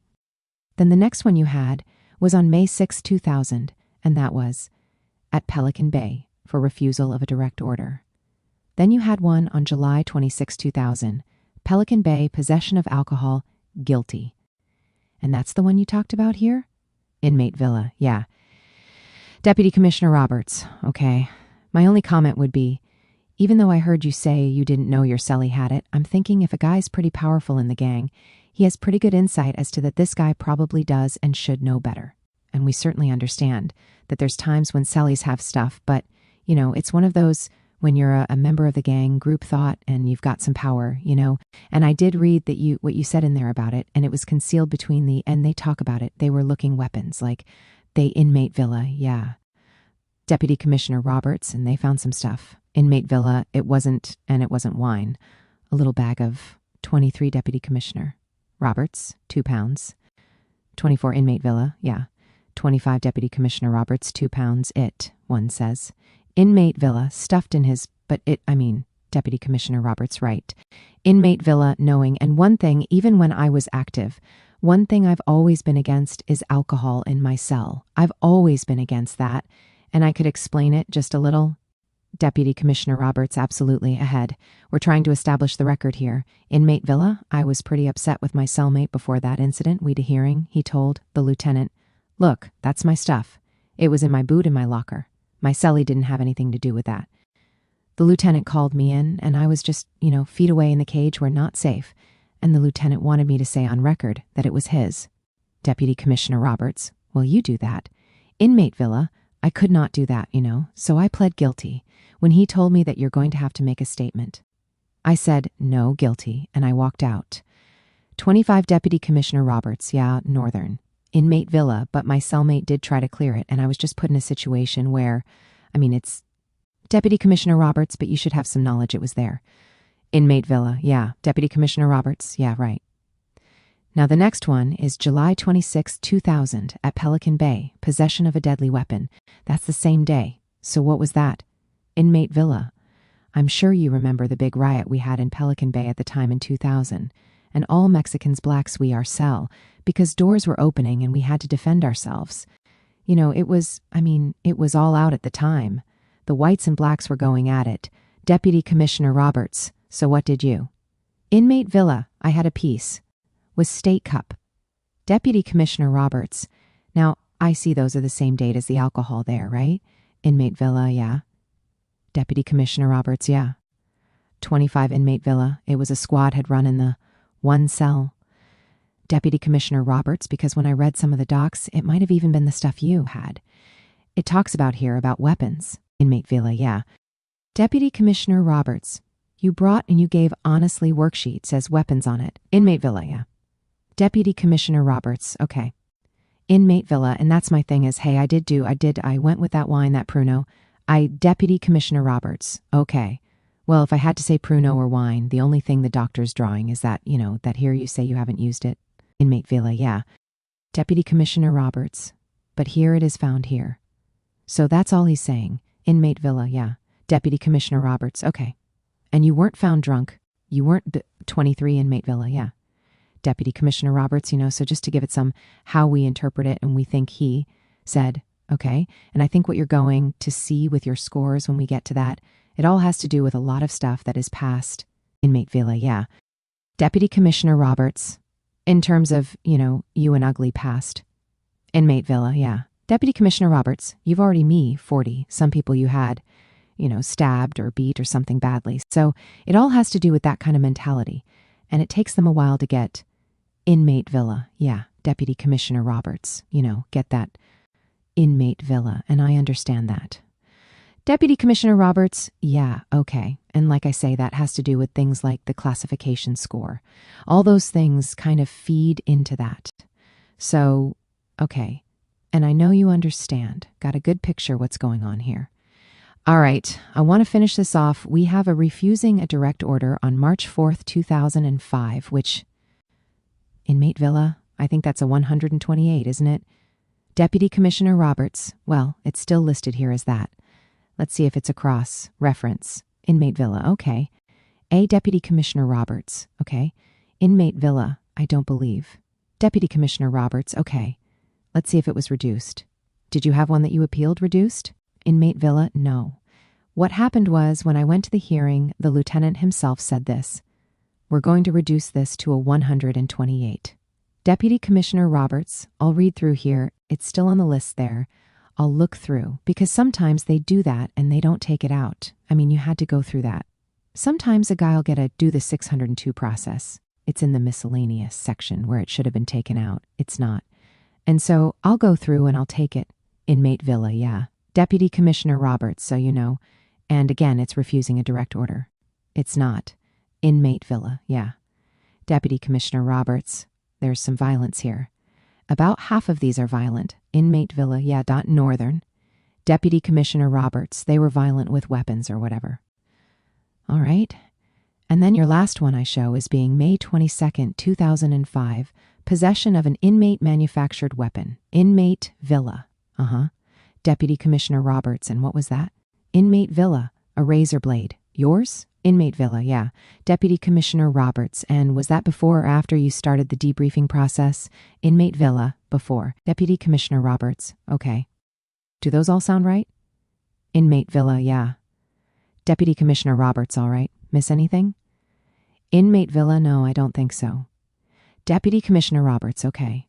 With 128 seconds, I'm going go through faster. They're actually counseling Chronos. The only time the board would even consider using them against you is if there's a pattern. So if we were to go through and find a pattern of them, we might use that against you. But let's just go through those quickly. I show that there is 14 of them. They start in 96, just like your 115 seconds.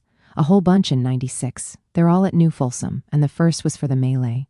What is this? Wait a minute. That's 115 seconds. I'm sorry. Wrong list. Actually, there are a bunch in 95 and early part of 96, all of them at the New Folsom. The first is on June 8th, 1995. Manipulation of staff, July 6th, 1995. Disrespect the staff, November 21st, 1995. False information, December 16th, 1995. Over-familiarity with a visitor, May 14th, 1996. Disobeying direct orders. Then at Pelican Bay from looks like 1997 through 2005, we have 1, 2, 3, 4, 5, 6, 7, of these that are abuse of law library. What was going on there? Inmate villa, Pelican Bay has this thing. When you go to the law library, whether or not you talk, you're going to get a write-up and you're going to get a 128 and you're going to get suspended there. They can't. Who's talking?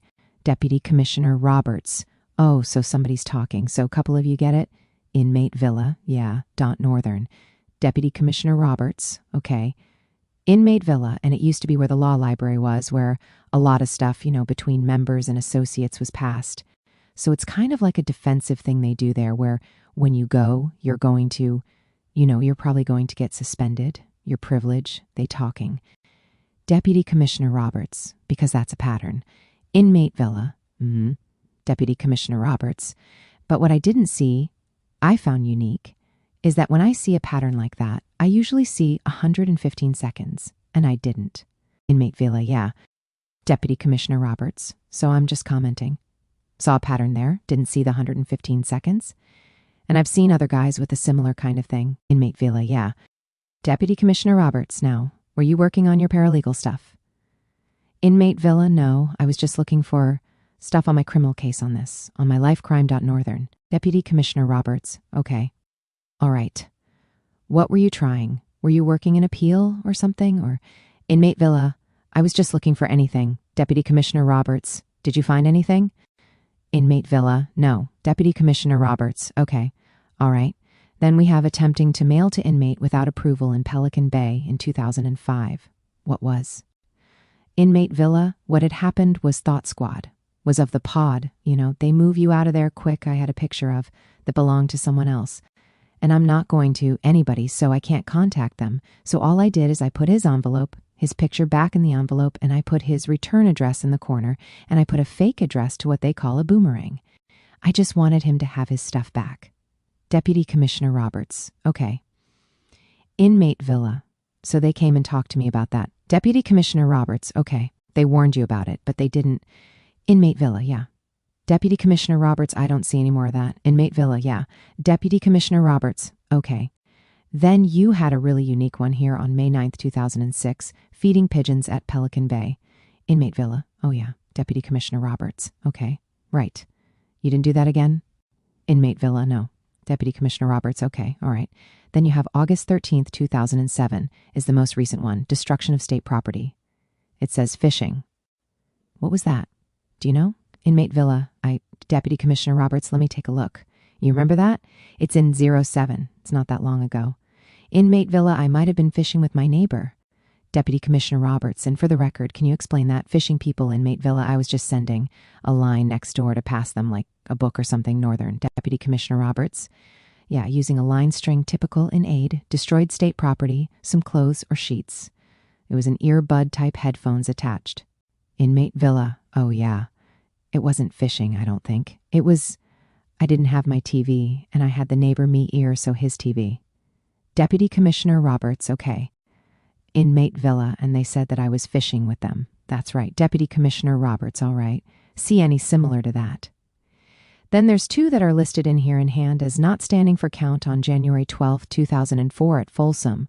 Another one at Folsom on February 9, 2003, delaying lockup. So 1, 2, 3, 4, 5, 6, 7, 8, 9, 10, 11, 12, 13, 14, 15. Yeah, those didn't show on the list I had. So that's 14. I show 14. With those, it's 16. But again, okay. All right. Right? We got right on that. 25 Inmate Villa. Deputy Commissioner Roberts. Okay. Finally, let's go quickly over your correctional counselor's report. That document, think I have it all here. And its addendums. We'll incorporate them by referencing the record, because we don't need to read every word. It's a life or prisoner evaluation, parole hearing, January 2012 calendar. First part of it, I want to incorporate it. It's a 5-page document written by Correctional Counselor Harlow, Harlow, and the first part, you talked about the prison with the commissioner here. It talks about your juvenile record. Does that look right? Inmate Villa? Yeah. Deputy Commissioner Roberts, vandalism. It all look right there? Okay. And then with your adult convictions and arrests, noting it's a commission and arrest, the murder.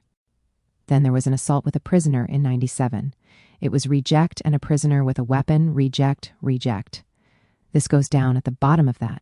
They're why you're in custody. You didn't pick up any while. You've been in custody?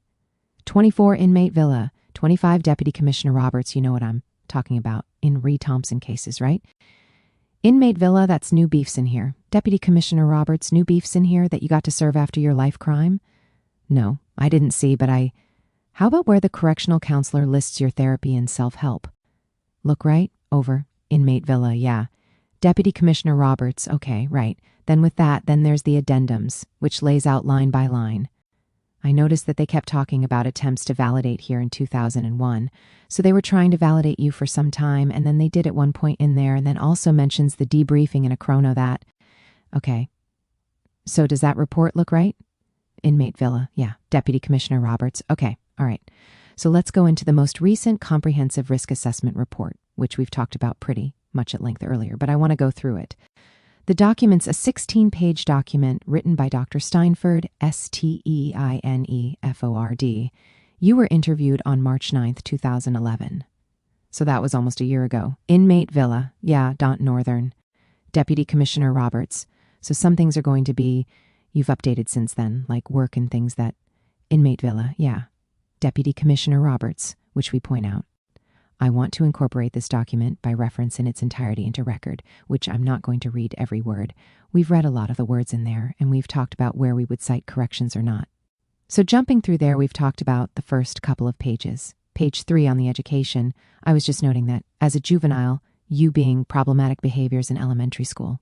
Much of what you talked about I had already highlighted, but not from a problem of being in the GATE program. I was just looking at the other behavioral problems as you've mentioned those are correct. Correct? Yeah. Inmate Villa, yeah. Deputy Commissioner Roberts, and that I confirmed you got your GED at New Folsom in 96. That's correct. And you did talk about your gang involvement from age 13, and then you are a dropout of the Mexican Mafia, correct? So those are correct statements.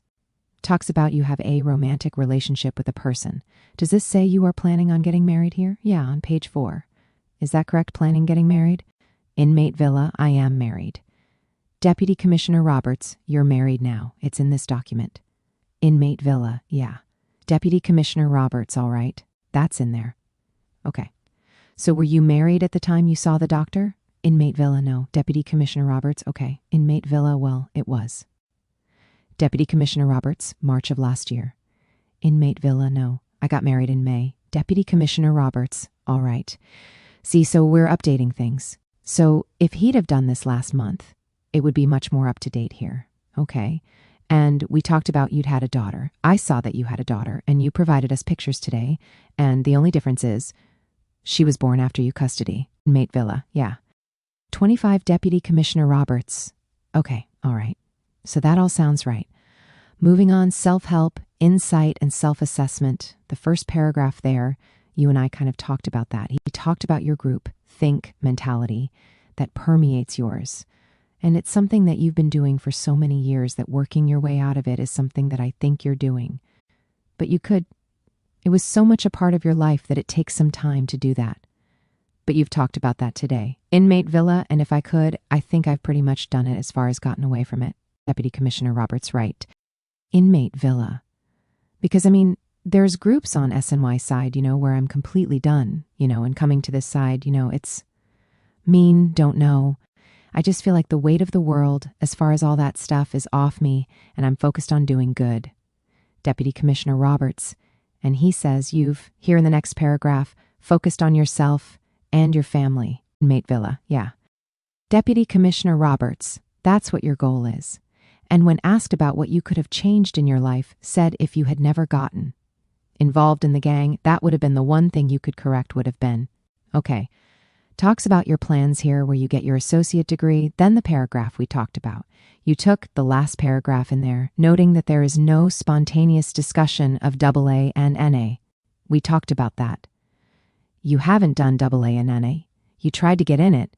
You've done some reading, so inmate villa, oh go. Deputy Commissioner Roberts. So anyway, he talks about not doing that, gives some issues with the causative factors of why, because in those programs you start to examine why you were doing the things you were doing and what were the underlying foundations, or what we call the causative factors of the life crime. And it's really about your whole life when you were doing that. Inmate villa, yeah. Deputy Commissioner Roberts, it's not just in Nina.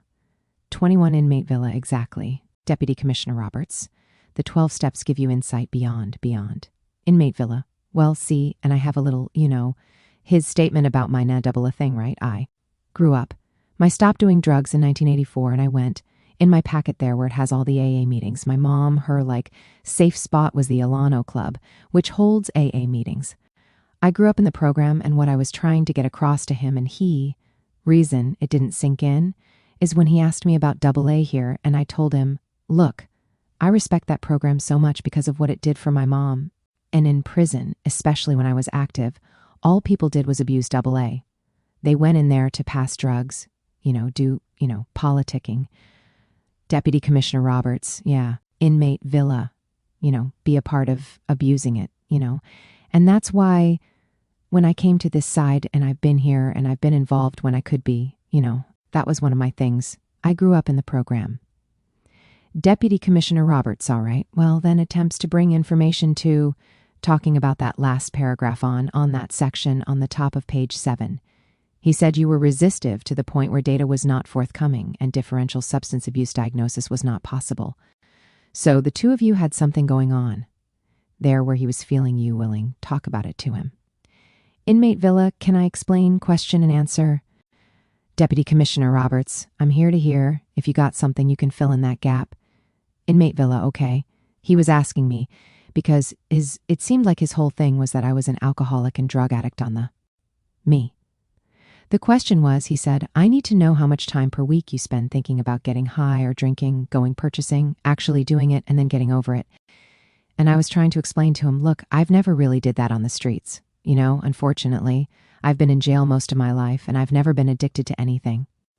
Went to a party, and we were drinking. I knew I was going to drink. Deputy Commissioner Roberts, well, it gets to the point where we talked about that already, where you don't deny the usage. It's the frequency and the amount. Inmate villa, yeah. 25 Deputy Commissioner Roberts, but understanding that lifestyle plays a significant role with it. Inmate villa, yes. Deputy Commissioner Roberts, you would admit that, right? Inmate villa, that's Deputy Commissioner Roberts, okay. Inmate villa, that's the reason why I stopped. Deputy Commissioner Roberts, and what he's saying is, not attending it, he was trying to get that out of you. And the two of you weren't getting on. Inmate villa, yeah. Deputy Commissioner Roberts, it was problematic for him. And again, we already talked about it. We're doing those things. It's a matter of you're not denying at all the usage. It's the frequency and the amount.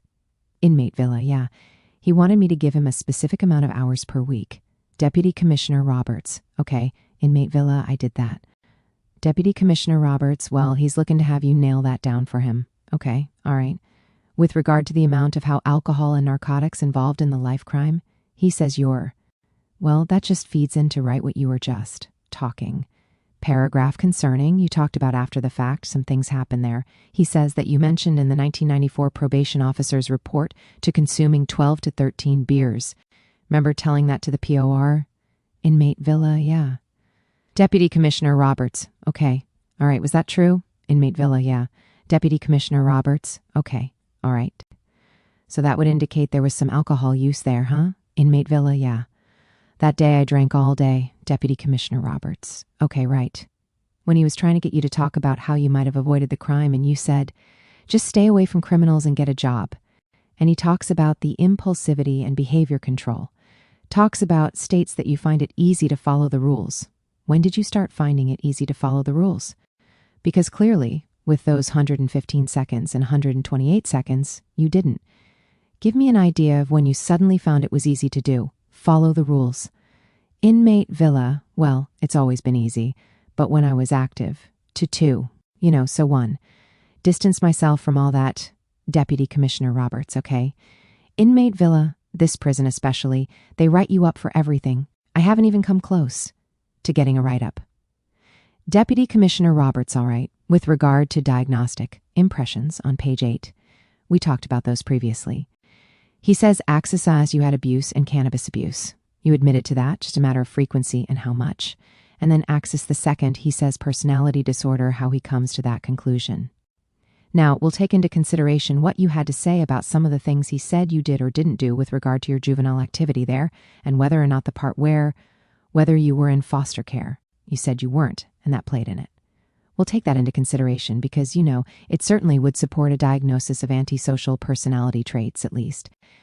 I mean, if I'd look at that, and I'm not a psychologist, I can tell you that that's. Inmate Villa, the way he explained it when I asked him about that, because he had said it was in my file. And he said, basically, if you can't conform to, the rules of society accept that. If that's what it is, I can say, I guess, Deputy Commissioner Roberts, okay. Now, regard to the life crime on top of page 11, he's talking with you. And he asks you if you wanted to change any of the details. He said that you asserted that he and Ortega never fired, walking carport to the street. Secondly, that you never told somebody that you shot him in the head. But you did admit firing, but was unsure if anyone was hit. You wanted to correct that? Is that correct? Inmate Villa, well, I mean, it's have the paperwork and said he never said that. And I have the paperwork where I'm telling. When the detectives question me, I'm admitting to the fact of shooting the gun. Deputy Commissioner Roberts, you did hear today, right? Inmate Villa, and I told him, never, Mr. Rhea, that was or bad. Deputy Commissioner Roberts, right. Inmate Villa, and I've got those documents here today, but Northern. Deputy Commissioner Roberts, all right, and he has some discussion with you about the incident, the next paragraph. When he asks you about whether your attorney did a good job, there's a discussion about that, and of note was the inquiries to whether or not the sentence was fair. You reported no, because they admitted to coming to attack us. What were you thinking when you told him that? And the reason it's important, that kind of statement is minimization.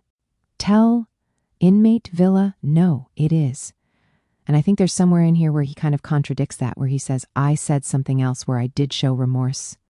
Deputy Commissioner Roberts, well, tell us why he tries to look for remorse. Inmate Villa, yeah. Deputy Commissioner Roberts, in one part of this thing, he's looking for remorse. In this, he's asking you, and you say that it wasn't fair because they didn't talk. And I think he talks about you were not happy with because there was no discussion about the other gang members coming you. Your full side of the story wasn't told, is what I got here. How does that play with regard to how in your mind? Does that play with regard to your responsibility for the crime?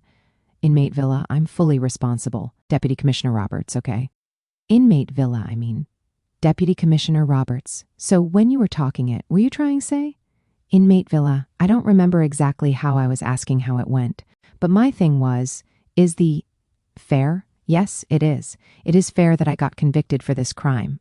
I think my thinking was should Deputy Commissioner Roberts, but there's a difference between fairness for convict of the crime and the sentence. See, you're a paralegal, so you know that there's a difference there. And he's talking here about the sentence, not the crime, but the sentence, because you guy, Inmate Villa, yeah. No, I said I didn't. My whole thing is I thought it wasn't a life. I thought I didn't deserve life. Deputy Commissioner Roberts, okay. Inmate villa, but I deserve to be in prison. I honestly mean somebody. Deputy Commissioner Roberts, okay, all right. Inmate villa, but that was my only thing, Northern. Then there was Deputy Commissioner Roberts, several paragraphs under insight and remorse that were kind of important there. Any thoughts about your discussion with him with insight and remorse? Second, the fourth and the fifth paragraphs all have statements that are kind of concerning there. And most, well, not most, but very important is importantly when he talks about the judicial system. On the top of page 12. While he did not demonstrate ire or disdain for the judicial system, he does give a sense he was not as responsible as the sentence. Suggests it's responsibility and remorse. I just kind of got that same thing from you. But words are barren and devoid of depth when he was talking with you. What he's saying is when he was talking with you, he didn't get the sense with regard to remorse, the things that we often see with people who are truly remorseful and are truly internally saddened by it. We call it the affect, the nonverbal signals that that's true. And he's saying here he didn't see that. So that calls it into question. Now, I understand, you've gotten older, and so with regard to remorse, what can you tell us today about how you feel about the victim of this crime? Inmate villa, alive today, bottom line. Never happened. I should have not had a gun. None of us should have had a gun. Regardless of them coming to us or anything like that, it's horrible what happened, to the family. Like I said, I was friends with his sister. You know what I mean? His son growing up like that, horrible about that. You know what I mean? Deputy Commissioner Roberts, okay, all right. Again, I was looking for, the type of things and how you would show and meaning that. But let's move on here. Got your GED. He talks about that. Again, those paragraph that's right above the assessment risk of violence that I couldn't find that TABE score document that stated there. And I have looked through both your two pieces of central file. So I don't know what that came to, but your placement score was correct. And now it's 151 because it dropped down since then. So it was 157 on January 25th, 2011. Then on September 20th, 2011, it dropped to 151, and it'll drop again 8 more points every year. Inmate villa, they even me. Deputy Commissioner Roberts, what's that? Inmate villa, I keep going. They won't take it off. Deputy Commissioner Roberts, they won't give you that? Well, they took 6 off here. Inmate villa, yeah. They keep taking 6. Deputy Commissioner Roberts, okay, because not here the whole time. Inmate villa, yeah. Deputy Commissioner Roberts, okay, all right. All right, then with assessment of risk of violence, there's 3 tools that the doctor uses. In fact, we asked the doctors to use to give us some assessment for your risk of future violence. The first one he used here talks about is the PCLR, and that's a tool that's designed to obtain psychopathy or psychopathic traits. And in this one here, he found you in the high range. The second paragraph, things. And that goes on for some time. And you had some concerns of the last line of that, and I agree that several of the things he talks about in your adult criminal record are actually in your juvenile criminal record. You were only 19 at the time of the life crime, so either you were an extremely busy fellow but it's things you did. It just occurred with your juvenile record, and it should have been put up earlier. On when he talks about juvenile, things that did not elevate your risk here, and that includes glibness. Now, you haven't been glib today. When he says includes, it means includes a lack of glibness, a lack of manipulation, a lack of psychopathic lying and irresponsibility. He didn't find those things in you, so it's a lack of those things. All right? Now, HCR 20, a domain. Domain is things you can never change. He goes through how you displayed predictive factors of future violence. He talks about what they are. Basically, their years of age, your first violent act, your life crime at 19. You were on CYA parole, had relational instability, and use of alcohol and inhalants as a preteen cannabis. Use. At what age? It was certainly before you were 19 when you committed the crime. So we talked about that, and increased use significantly in adolescence. There we go. How significant was it? We talked about that, and there may have been an impact here a little bit. We'll acknowledge that, and it says you experimented. Yeah, okay. Maladjustment school, and you talked about that. And I think you, Commissioner, were kind of going back how many times or something, so it all makes sense. You had anti-personality disorder, antisocial personality disorder. It's significant in the psychopathy, which we had talked about before. Then he had the clinical domain. That's the one that you can change, changes you some predictive, says our minimal insight in your personality style, his history of criminal conduct or contributing factors in his life crime, such as alcohol intake. He harbors some negative attitudes and been less than responsive, specifically participation. We acknowledge you had some difficulty getting into that, and just the reality is if you do participate in those things, these things change. That whole clinical thing starts to change because you begin as insights are important. And then when you get the insight into the life crime and the things that were happening in your life at that time, and you get that all spelled out, then you can lay out a prophylactic plan that puts into place tools and things that make sure that you're not going again. Okay? Why that's important. He says things that were management identified as future risk for dangerousness. He says in the future these things will be important. And I think your attorney was concerned about how worse could it get. Well, what he's really saying there, for your benefit, is these are things that would elevate that or keep that elevated and be bad things. And then he talks about the positive things that would decrease that. Again, on. Says you've got a moderate score for risk of future violent recidivism. Moderate. Not high, moderate. And then he says with management and that tool they limit the use of, I think, to just general. They're not using for anything beyond that. He talks about things that elevate it, and your score placed you in the high category for general recidivism. Overall, on that page, he says that after weighing all the data and available records, interview data, Villa represents a relatively high risk of violence in the free community. And that's his overall discussion. And I think, a lot of that stuff would be subject to change as you program and you get to understanding what those key elements are and how to address those, how to lay out a plan and make sure psychologists and the public that I know what the issues they were going to fix, make sure they're not going to happen, things like relapse prevention planning because there was alcohol and drugs in your life before this. And what amount they played, is important to be dealt with and what is significantly going on with you. Okay. Any regard you want to make with regard to that report?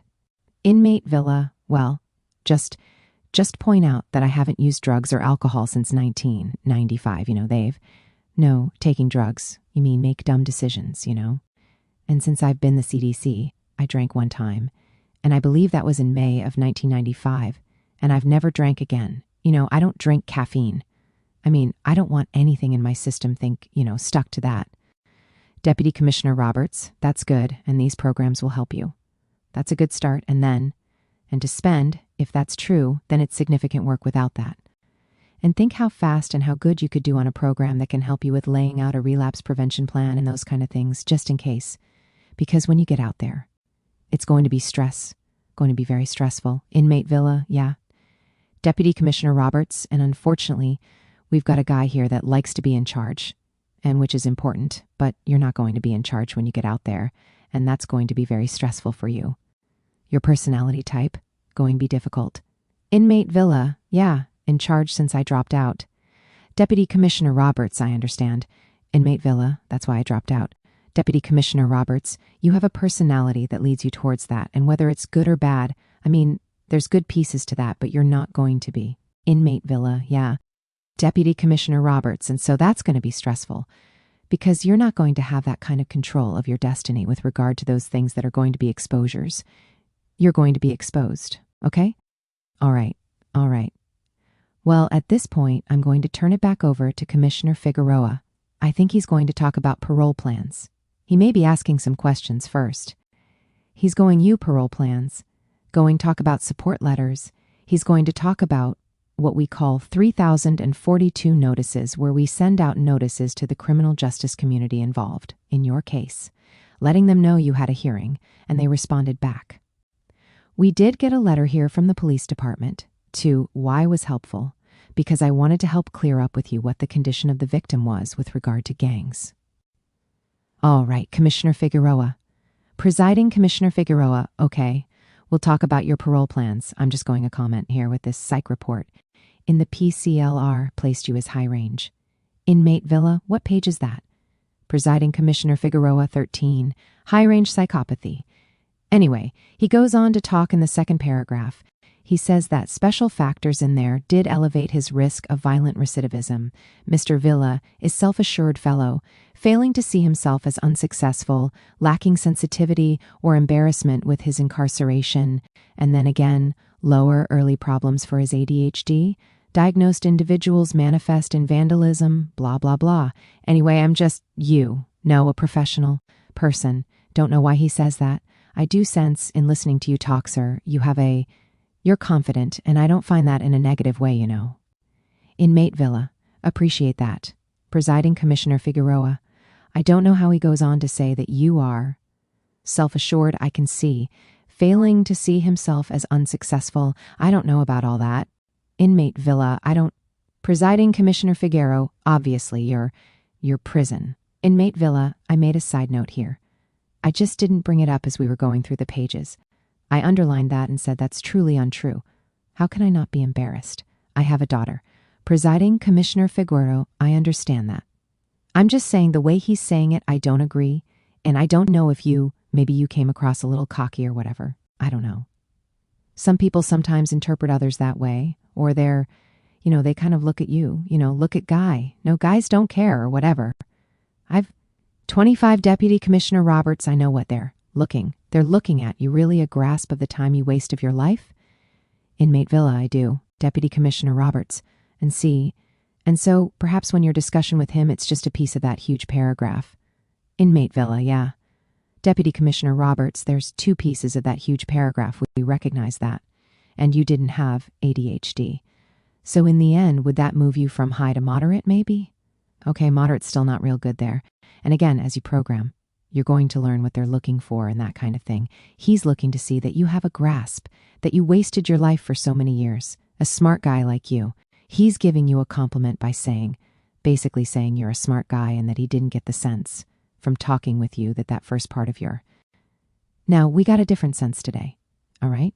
I think Commissioner and I did. Presiding Commissioner Figueroa, yeah. Deputy Commissioner Roberts, but again, we weren't there. Inmate Villa, yeah, Northern. Deputy Commissioner Roberts, just maybe you talked. Inmate Villa, I know. Deputy Commissioner Roberts, and that's why we're having this hearing. Inmate Villa, and that's why that decided. This whole thing is not decided on that report. That is a piece. It's a tool that we look at and we make our determinations. Like the commissioner said earlier, sometimes we agree with the psych report and we might give a guy a date where the psych report says probably shouldn't, we differently. In the end, it's his and my name that goes on this decision, not doctors, not the attorneys in this room. Presiding Commissioner Figueroa, you're self-assured, unfortunately wrong areas. Inmate Villa, correct. Presiding Commissioner Figueroa, you've been a leader of gang activities. Inmate Villa, the wrong things, all the wrong things. Presiding Commissioner Figueroa, and all those things. If you could channel that leadership into other things, you'd probably be very successful. Northern. Inmate Villa, I don't know if you saw in the packet where I did get involved with at-risk youth where they were bringing. Presiding Commissioner Figueroa, yeah, saw part. Presiding Commissioner Figueroa about these parole plans where you plan to go. Inmate Villa initially with my aunt in Carpinteria, which is right there in Santa Barbara, with a job in Goleta, which is right there also. Should I get a date? My wife plans on moving to the area that way. Presiding Commissioner Figueroa, house do they have? Inmate Villa, they have a nice house in Carpinteria, a 3-bedroom with a studio attached. Presiding Commissioner Figueroa, who else is living with them?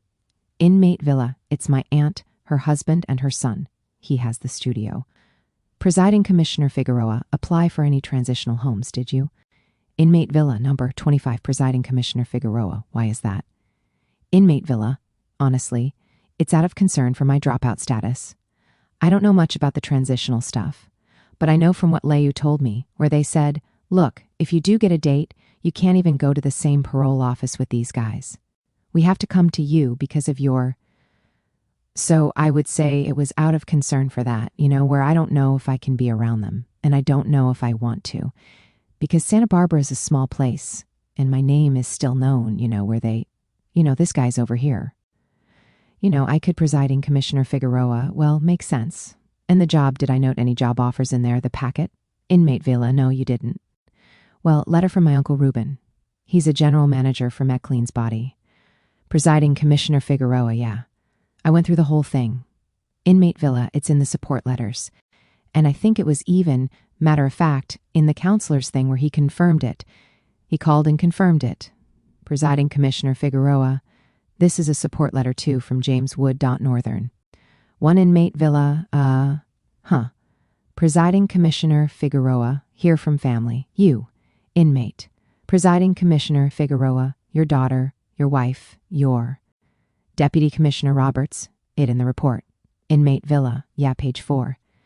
Deputy Commissioner Roberts, correct. Presiding Commissioner Figueroa, Daniel Villa. Your father? Yeah, I know, that's my uncle. Inmate villa, Presiding Commissioner Figueroa. Oh, John, yeah, inmate villa. Presiding Commissioner Figueroa. My, oh man, inmate villa. Maybe. Presiding Commissioner Figueroa young. Inmate villa, yeah. Presiding Commissioner Figueroa, but your parents started young, like you said. Deputy Commissioner Roberts, saying 62 feet old, are you? Well, you're not. Inmate villa, no. 2 Deputy Commissioner Roberts, careful. Presiding Commissioner Figueroa, but his mother was 15. Inmate villa, my mom was real young. She had just turned 16 when she had me. Presiding Commissioner Figueroa, so your father must have been close to that. Inmate villa, yeah. Presiding Commissioner Figueroa, age, maybe. Yeah, through. Our support for the record. Mostly family members, a few friends. And the one for the job, though, which one you say? Inmate villa, my Uncle Reuben. Presiding Commissioner Figueroa, Reuben. Inmate villa, Reuben Ambrose. Presiding Commissioner Figueroa, Reuben Ambrose. Deputy Commissioner Roberts, Correctional Officer. Presiding Commissioner Figueroa, here it is. Deputy Commissioner Roberts, 61. Presiding Commissioner Figueroa, the nephew, manager, MC Cleans Auto Body. What does he want you to? Do there? Auto body work? Inmate villa, yeah. Presiding Commissioner Figueroa, you're going to get bored with that right away. Inmate villa, well, while I'm doing that, I want. Presiding Commissioner Figueroa just wanted a source of income so you can keep going? Inmate villa, yeah. Presiding Commissioner Figueroa, okay. What else did you say I was going to talk about? You listed a whole bunch of things. Deputy Commissioner Roberts. Did I tell you what to do? You've got to do support letters, and you've got to do the 3,042 notices. Presiding Commissioner Figueroa, 3,042 seconds, yeah. Okay. Me go through 3,042 seconds. These course. Enforcement. When you have a hearing, law enforcement, they send them out, the notices that here we're having hearing. It's required. So we sent them out, and we did send them out to the Attorney General's office in Sacramento, Attorney's Barbara, and we have a representative today. We sent one out to a presiding judge in Santa Barbara, Police Department in Santa Barbara, your attorney. Inmate villa, yes. Presiding Commissioner Figueroa, we sent him one also. And we did receive a letter from the Santa Barbara Police Department, and this is actually your attorney, guess. Inmate villa, Balash. Presiding Commissioner Figueroa, is that his name? Inmate villa, yeah.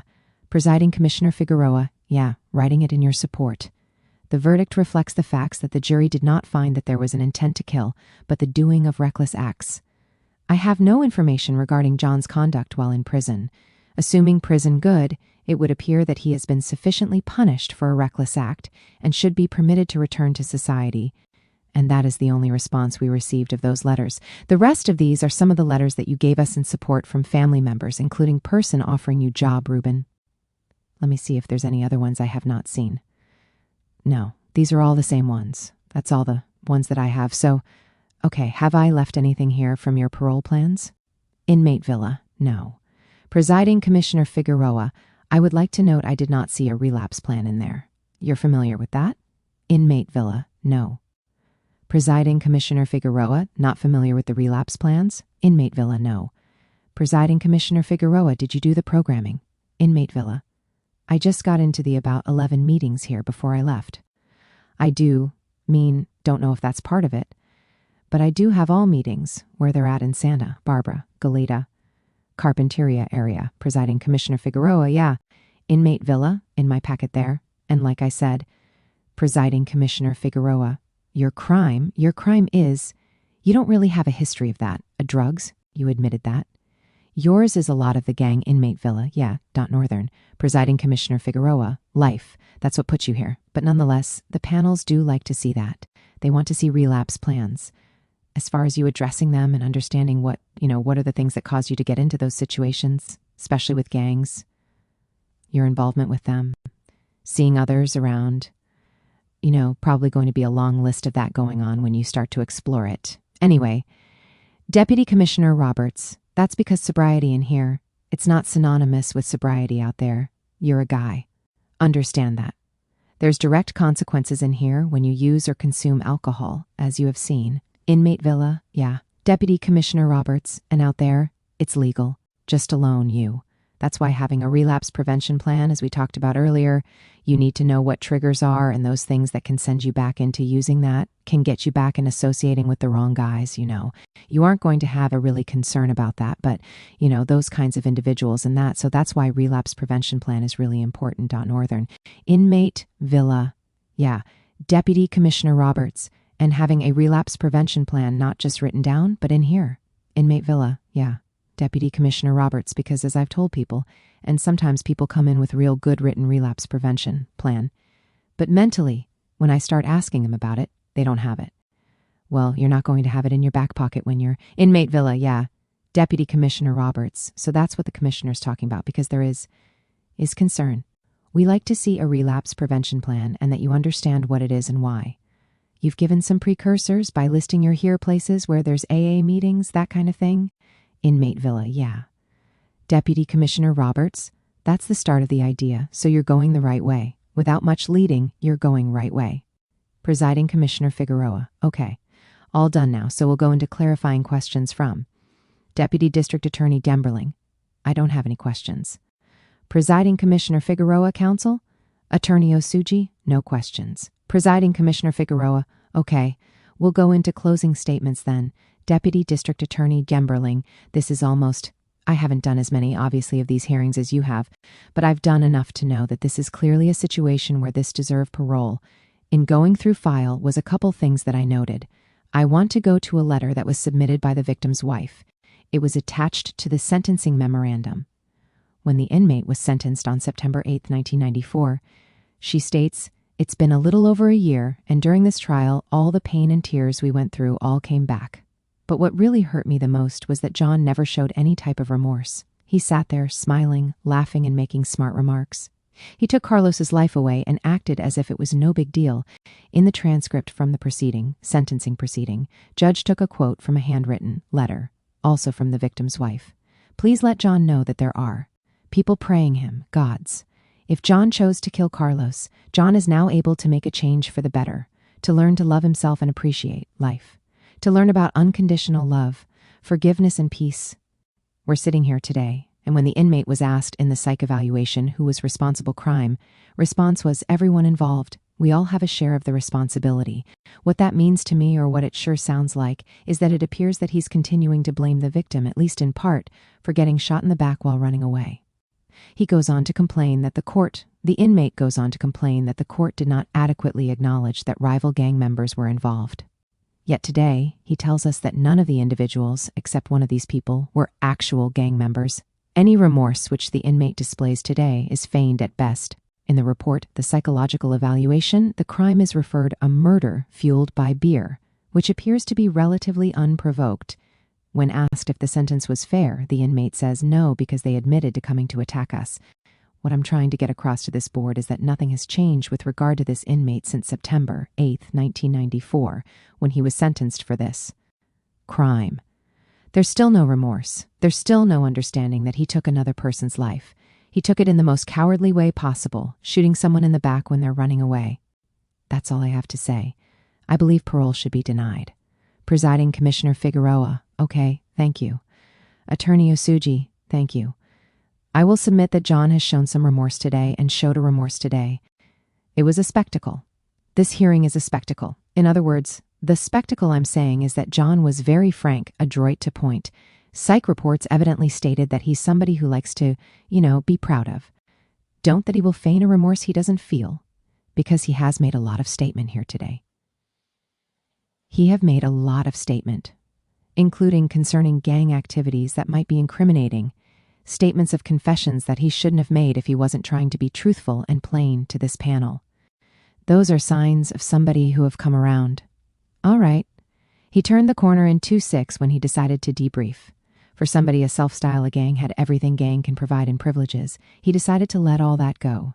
And when the deputy Commissioner asked him, tried to pin down exactly why he turned a corner in 2-6, he stated that his mother's suicide was a factor, plus realized that that life was animalistic. That's the word he used, was like animals, and he didn't want to live that life anymore. So he decided to turn the corner and debriefed. And even then, he did give this panel a window, thus open up a window into his life on the streets, his life in prison. It's unusual because most inmates will be hedgy and may try to cover things up, but he didn't. He was very, very frank and honest with this panel. He was 19 years old when he committed this crime, and yet he found himself as a leader of a gang. He even confessed that he actually started a gang. It's in the record. But he gave all that up and decided and said, "No longer will I be a member." Notice that in the consequences of doing such a debriefing, in which he has even stated here today why he did not look for a reentry program, and the panel agreed with him. We have decided that the psych report is, while the panel had decided to be discriminatory or has the discretion their own purpose, the psych reports didn't do him justice whatsoever. For an inmate who, this is his initial hearing, he did a very good job today of telling us exactly, panelists, a decision. We have looked at his prison record, disciplinary record, and the deputy commissioner went through it extensively. And the one thing that became very clear is that when he was gang affiliated, he was having those 115 seconds. But since debriefing in 2-6, that stopped, was a corner. No longer does all those things. And what was the reward? Today we hear for the first time that he works in the visiting crew in this prison. He worked in the kitchen. He was a porter in Lancaster. Building helped. Was it today he has a paralegal certificate? Should he be given a date today, he has something to fall back on that might help him. He has his GED. For somebody who was from in the streets, today he has a GED. He is also married and has a daughter. Those are inhibitions that will prevent him from getting back into life of gangs and the life in the streets, because now he has something to look forward to. Somebody who has a daughter and a wife and a family. As you can see today, a very proud man. I don't think he would allow his family, expose his family to unreasonable danger of gang activities or drug activities of shooting people on the streets. Regarding his alcohol and drug abuse, he wasn't trying to minimize his drug intake. He told disciplinary exactly when he took those drugs, how he took it. But the only problem was the frequency of his drug and the alcohol intake. Apparently because he wasn't a habitual drinker. If he was a habitual drinker, he would have told us exactly how he does drink. This panel thinks he needs more programming regarding drug and that he has attended minimal AA. But Mr. Villa stated he had it, said, "Last time I had a drink was May 1995. That stuck in his brain because he's using it as a marker. He's using as a telling will never ever touch alcohol again. 1995, that's when I made that decision. I'm not going to go back again. Plus, actually respect AA and Nena, because he really did attend some with his mother while he was out on the street, and he told us exactly why. For his parole plans, he told us that, he has a viable parole plan. Employment, he has a letter from his Uncle Reuben, who has stated that if he's paroled that he will be able to give him employment, plus the fact that he has a paralegal A. You can see he's a very smart individual, very articulate. I believe that if he goes out there, he will be able to take care of his family and provide for them adequately. That's what it is. He has insight and has really, really apologized for the crime he committed. When he was asked if he had made an amends, he said he had thought about it several times, tried to write a letter to the daughter of the victim, but couldn't get himself to do it, and he'd said it with a lot of emotion. It wasn't clinical, but knowing him, forthright and straight to the point. With that, I will say that, since 2-6, that he jumped of the gang and debriefed, he has become a model prisoner. Urge this panel to find him suitable for parole. Thank you. Presiding Commissioner Figueroa, thank you. Mr. Villa, this is your opportunity to address the panel if you wish to do so. Inmate Villa, I'd just like to read this. Presiding Commissioner Figueroa, go ahead, sir. Inmate Villa, I'd like to thank you for your time and consideration during this hearing. I know that your job is very serious and important to millions of Californians. The opportunity to sit before you has allowed me to express who I am, how I feel, and how much I've grown while I've been in prison for nearly 20 years. I was arrested in June of 1993 for a senseless murder of Carlos Medina. I was later convicted of killing Medina, a verdict that I accept. At the time of my arrest, I was a co-owner of my own business, Villa General Maintenance. I was engaged and had a baby on the way. I had a family who loved me, Beyoncé, who I'd been with for 5 years, and my dream of becoming a cum, yet threw it all away to live like a gangster. I was 18. I was 19 years old, and I was also impulsive, an ego-driven individual with very low self-esteem. I had an opportunity to be a productive and valued member of society, as my community. Instead, my major impact murder of Carlos, a father, a son, and a brother to many who loved him dearly. I can't even read it. Presiding Commissioner Figueroa, it's okay. Take some time. Deputy Commissioner Roberts, we got time. It's all right. Inmate Villa, my lonely and brutal childhood causing me to seek love and acceptance with streets, the exact place where neither exist. On the night of my arrest, aim a gun directly at anyone, I may have been the one who shot Carlos. I can tell you that it doesn't matter at all if I aimed the gun at Carlos or anyone else. I could have walked away, had the chance to leave. I could have gone home. Instead, I chose to stay where I knew guns were and where I knew a deadly incident was very likely to occur. I didn't leave that night because I didn't want to look like a coward. Instead, I acted like one. The horrible crime of killing Carlos Medina not only victimized the families of Carlos and his wife, Laura, but also our entire community. I owe those families and our community a debt that must be paid. The beginnings of that repayment come in the form of rehabilitation and culminate in my successful re-entry into society. While in prison, I have abstained from drugs and alcohol for 17 years. I have not been in a fight or other physical altercation for 15 years. I have remained disciplinary-free for 7 years, and for the past 5 years I have remained A1A and have been in 1996. I earned either an education or employed. In 2006, I received a paralegal certificate in GED, Civil Litigation from Blackstone Career Institute. In 2008 and 2009, I was enrolled in Coastline Community College and maintained a 3 gigapascals until funding for Pelican Bay inmates was cut. In 2012, I received a paralegal certificate in personal injury, torts from Blackstone Career Institute. I'm now enrolled in the Blackstone Career Institute Legal Assistant Paralegal Certificate Program, a 31-semester-hour program. I have utilized my years in incarceration to understand the failures in my character, change the thought processes, and focus on positivity and making a difference in life. Should you find me suitable for parole, I will not betray your trust. Presiding Commissioner Figueroa. Okay, thank you. We will recess for deliberation. Deputy Commissioner Roberts, time is approximately 2:12 p.m. California Board of Parole Hearings decision. Deputy Commissioner Roberts, good afternoon, everyone. We've all returned to the room. Everybody who was previously in the room has returned to the room, and the time is approximately 2:36 p.m., and we're here to announce the decision in the case of Mr. Villa, CDC number J, 38,001. Presiding Commissioner Figueroa, okay. We will now pronounce the panel's decision. Today's date is February 16, 2012. We are at Ironwood State Prison, and this decision is for Mr. Villa, 5ILLA. First name is John, CDC number J, 38,001. He was received October 21, 1994 from Santa Barbara County. His case is murder second. The conviction case number is 197,987. He did receive a 20-year to life sentence, and his minimum expected parole date in this case is November 2, 2012. In this case, the board has read and considered the entire written records before us, including the board report, the central file, the comprehensive risk assessment, previous hearing transcripts, and all the written responses from the public, as well as the testimony presented at this hearing, and the fundamental consideration making the parole eligibility decision. John Villa J., 38,001 decision, page 1, February 16, 2012. His potential threat to public safety. Upon the inmate's release, accordingly, this panel's decision must be based on some evidence in the record of the inmate's current dangerousness. Having these legal standards in mind, we find that Mr. Villa does pose an unreasonable risk of danger to society, or a threat to public safety is therefore eligible parole. While the record does circumstances tending to show suitability for parole, namely Villa, we do feel that you have shown some signs of remorse. We think that the plans for parole are realistic. You do have support from family. You do have a place to stay. You have some marketable skills.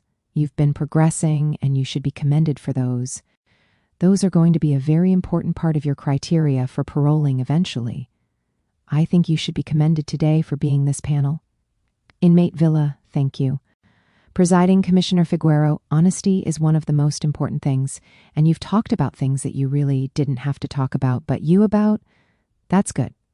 Got out of the way, because those will always haunt you in John Villa J. 30, 8001 decision, page 221612 Northern.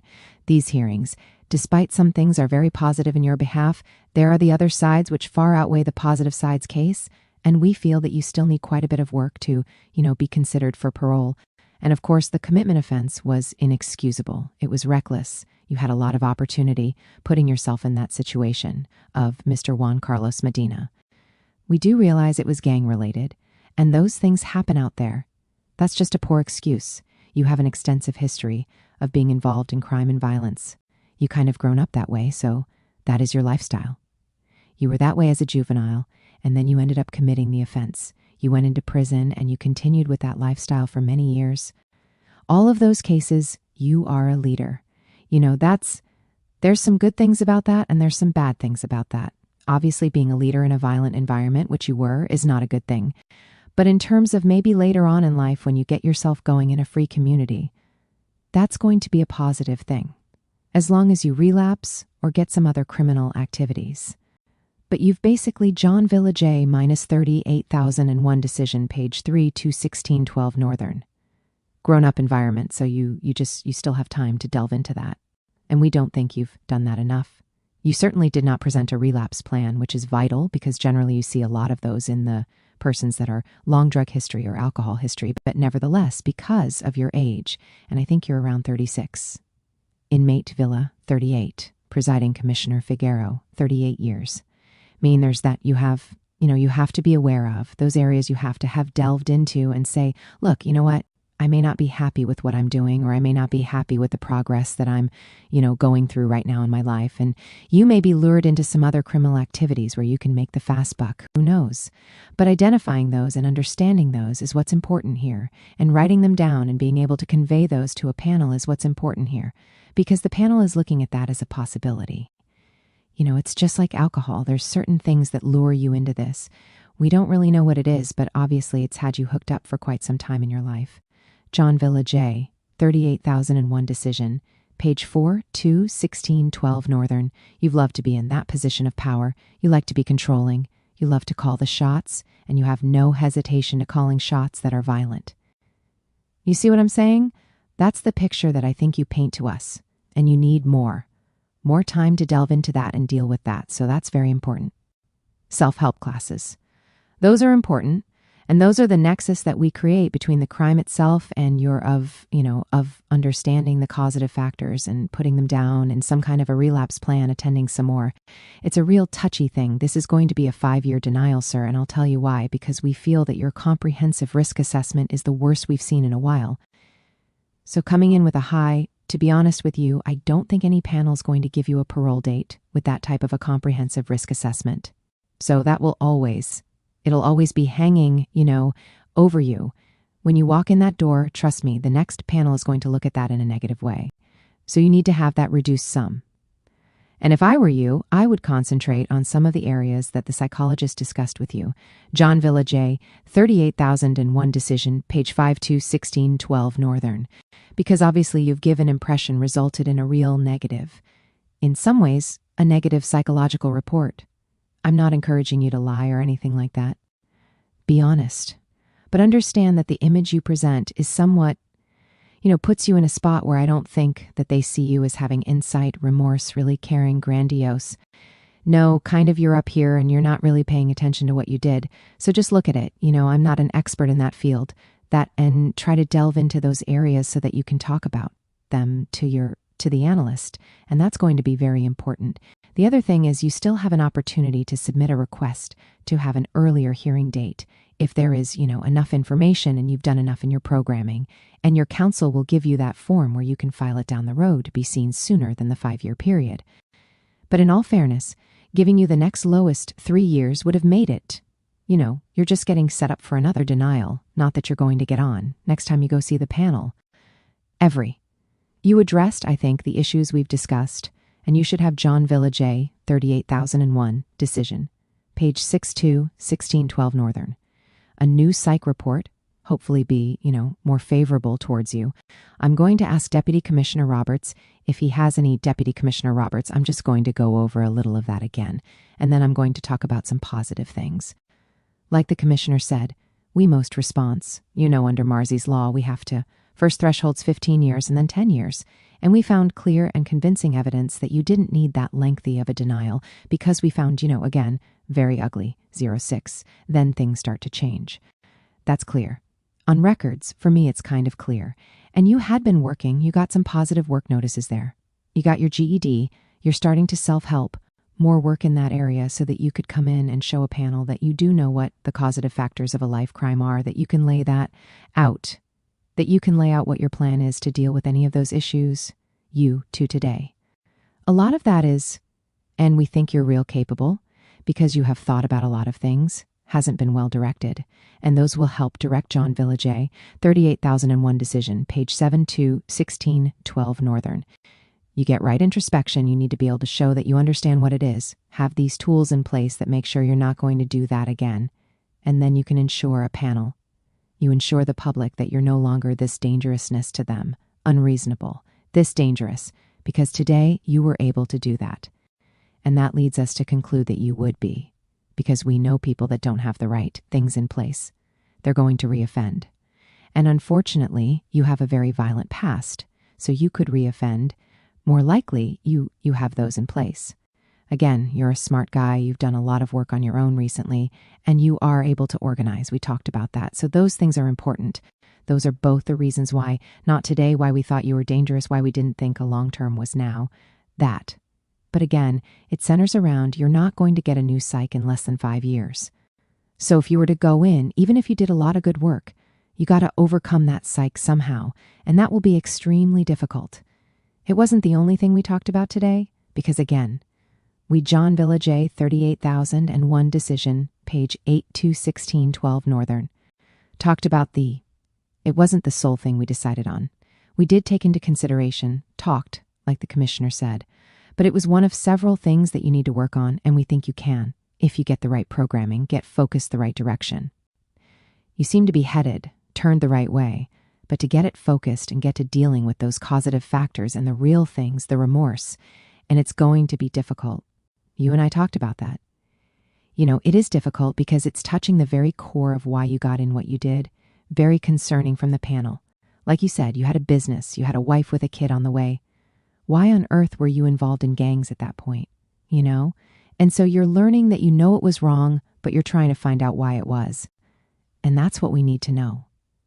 So again, the clear and convincing evidence that you didn't need a lengthier return we talked about was the no discipline since 2005, you had skills on the outside before you came in. We didn't see any vocation while you were in here, but with that classification score, you're not going to get to many vocations. Inmate Villa, yeah, exactly. John Villa J. 38,001 decision, page 9, February 16th, 2012. Deputy Commissioner Roberts, and we know that. And education.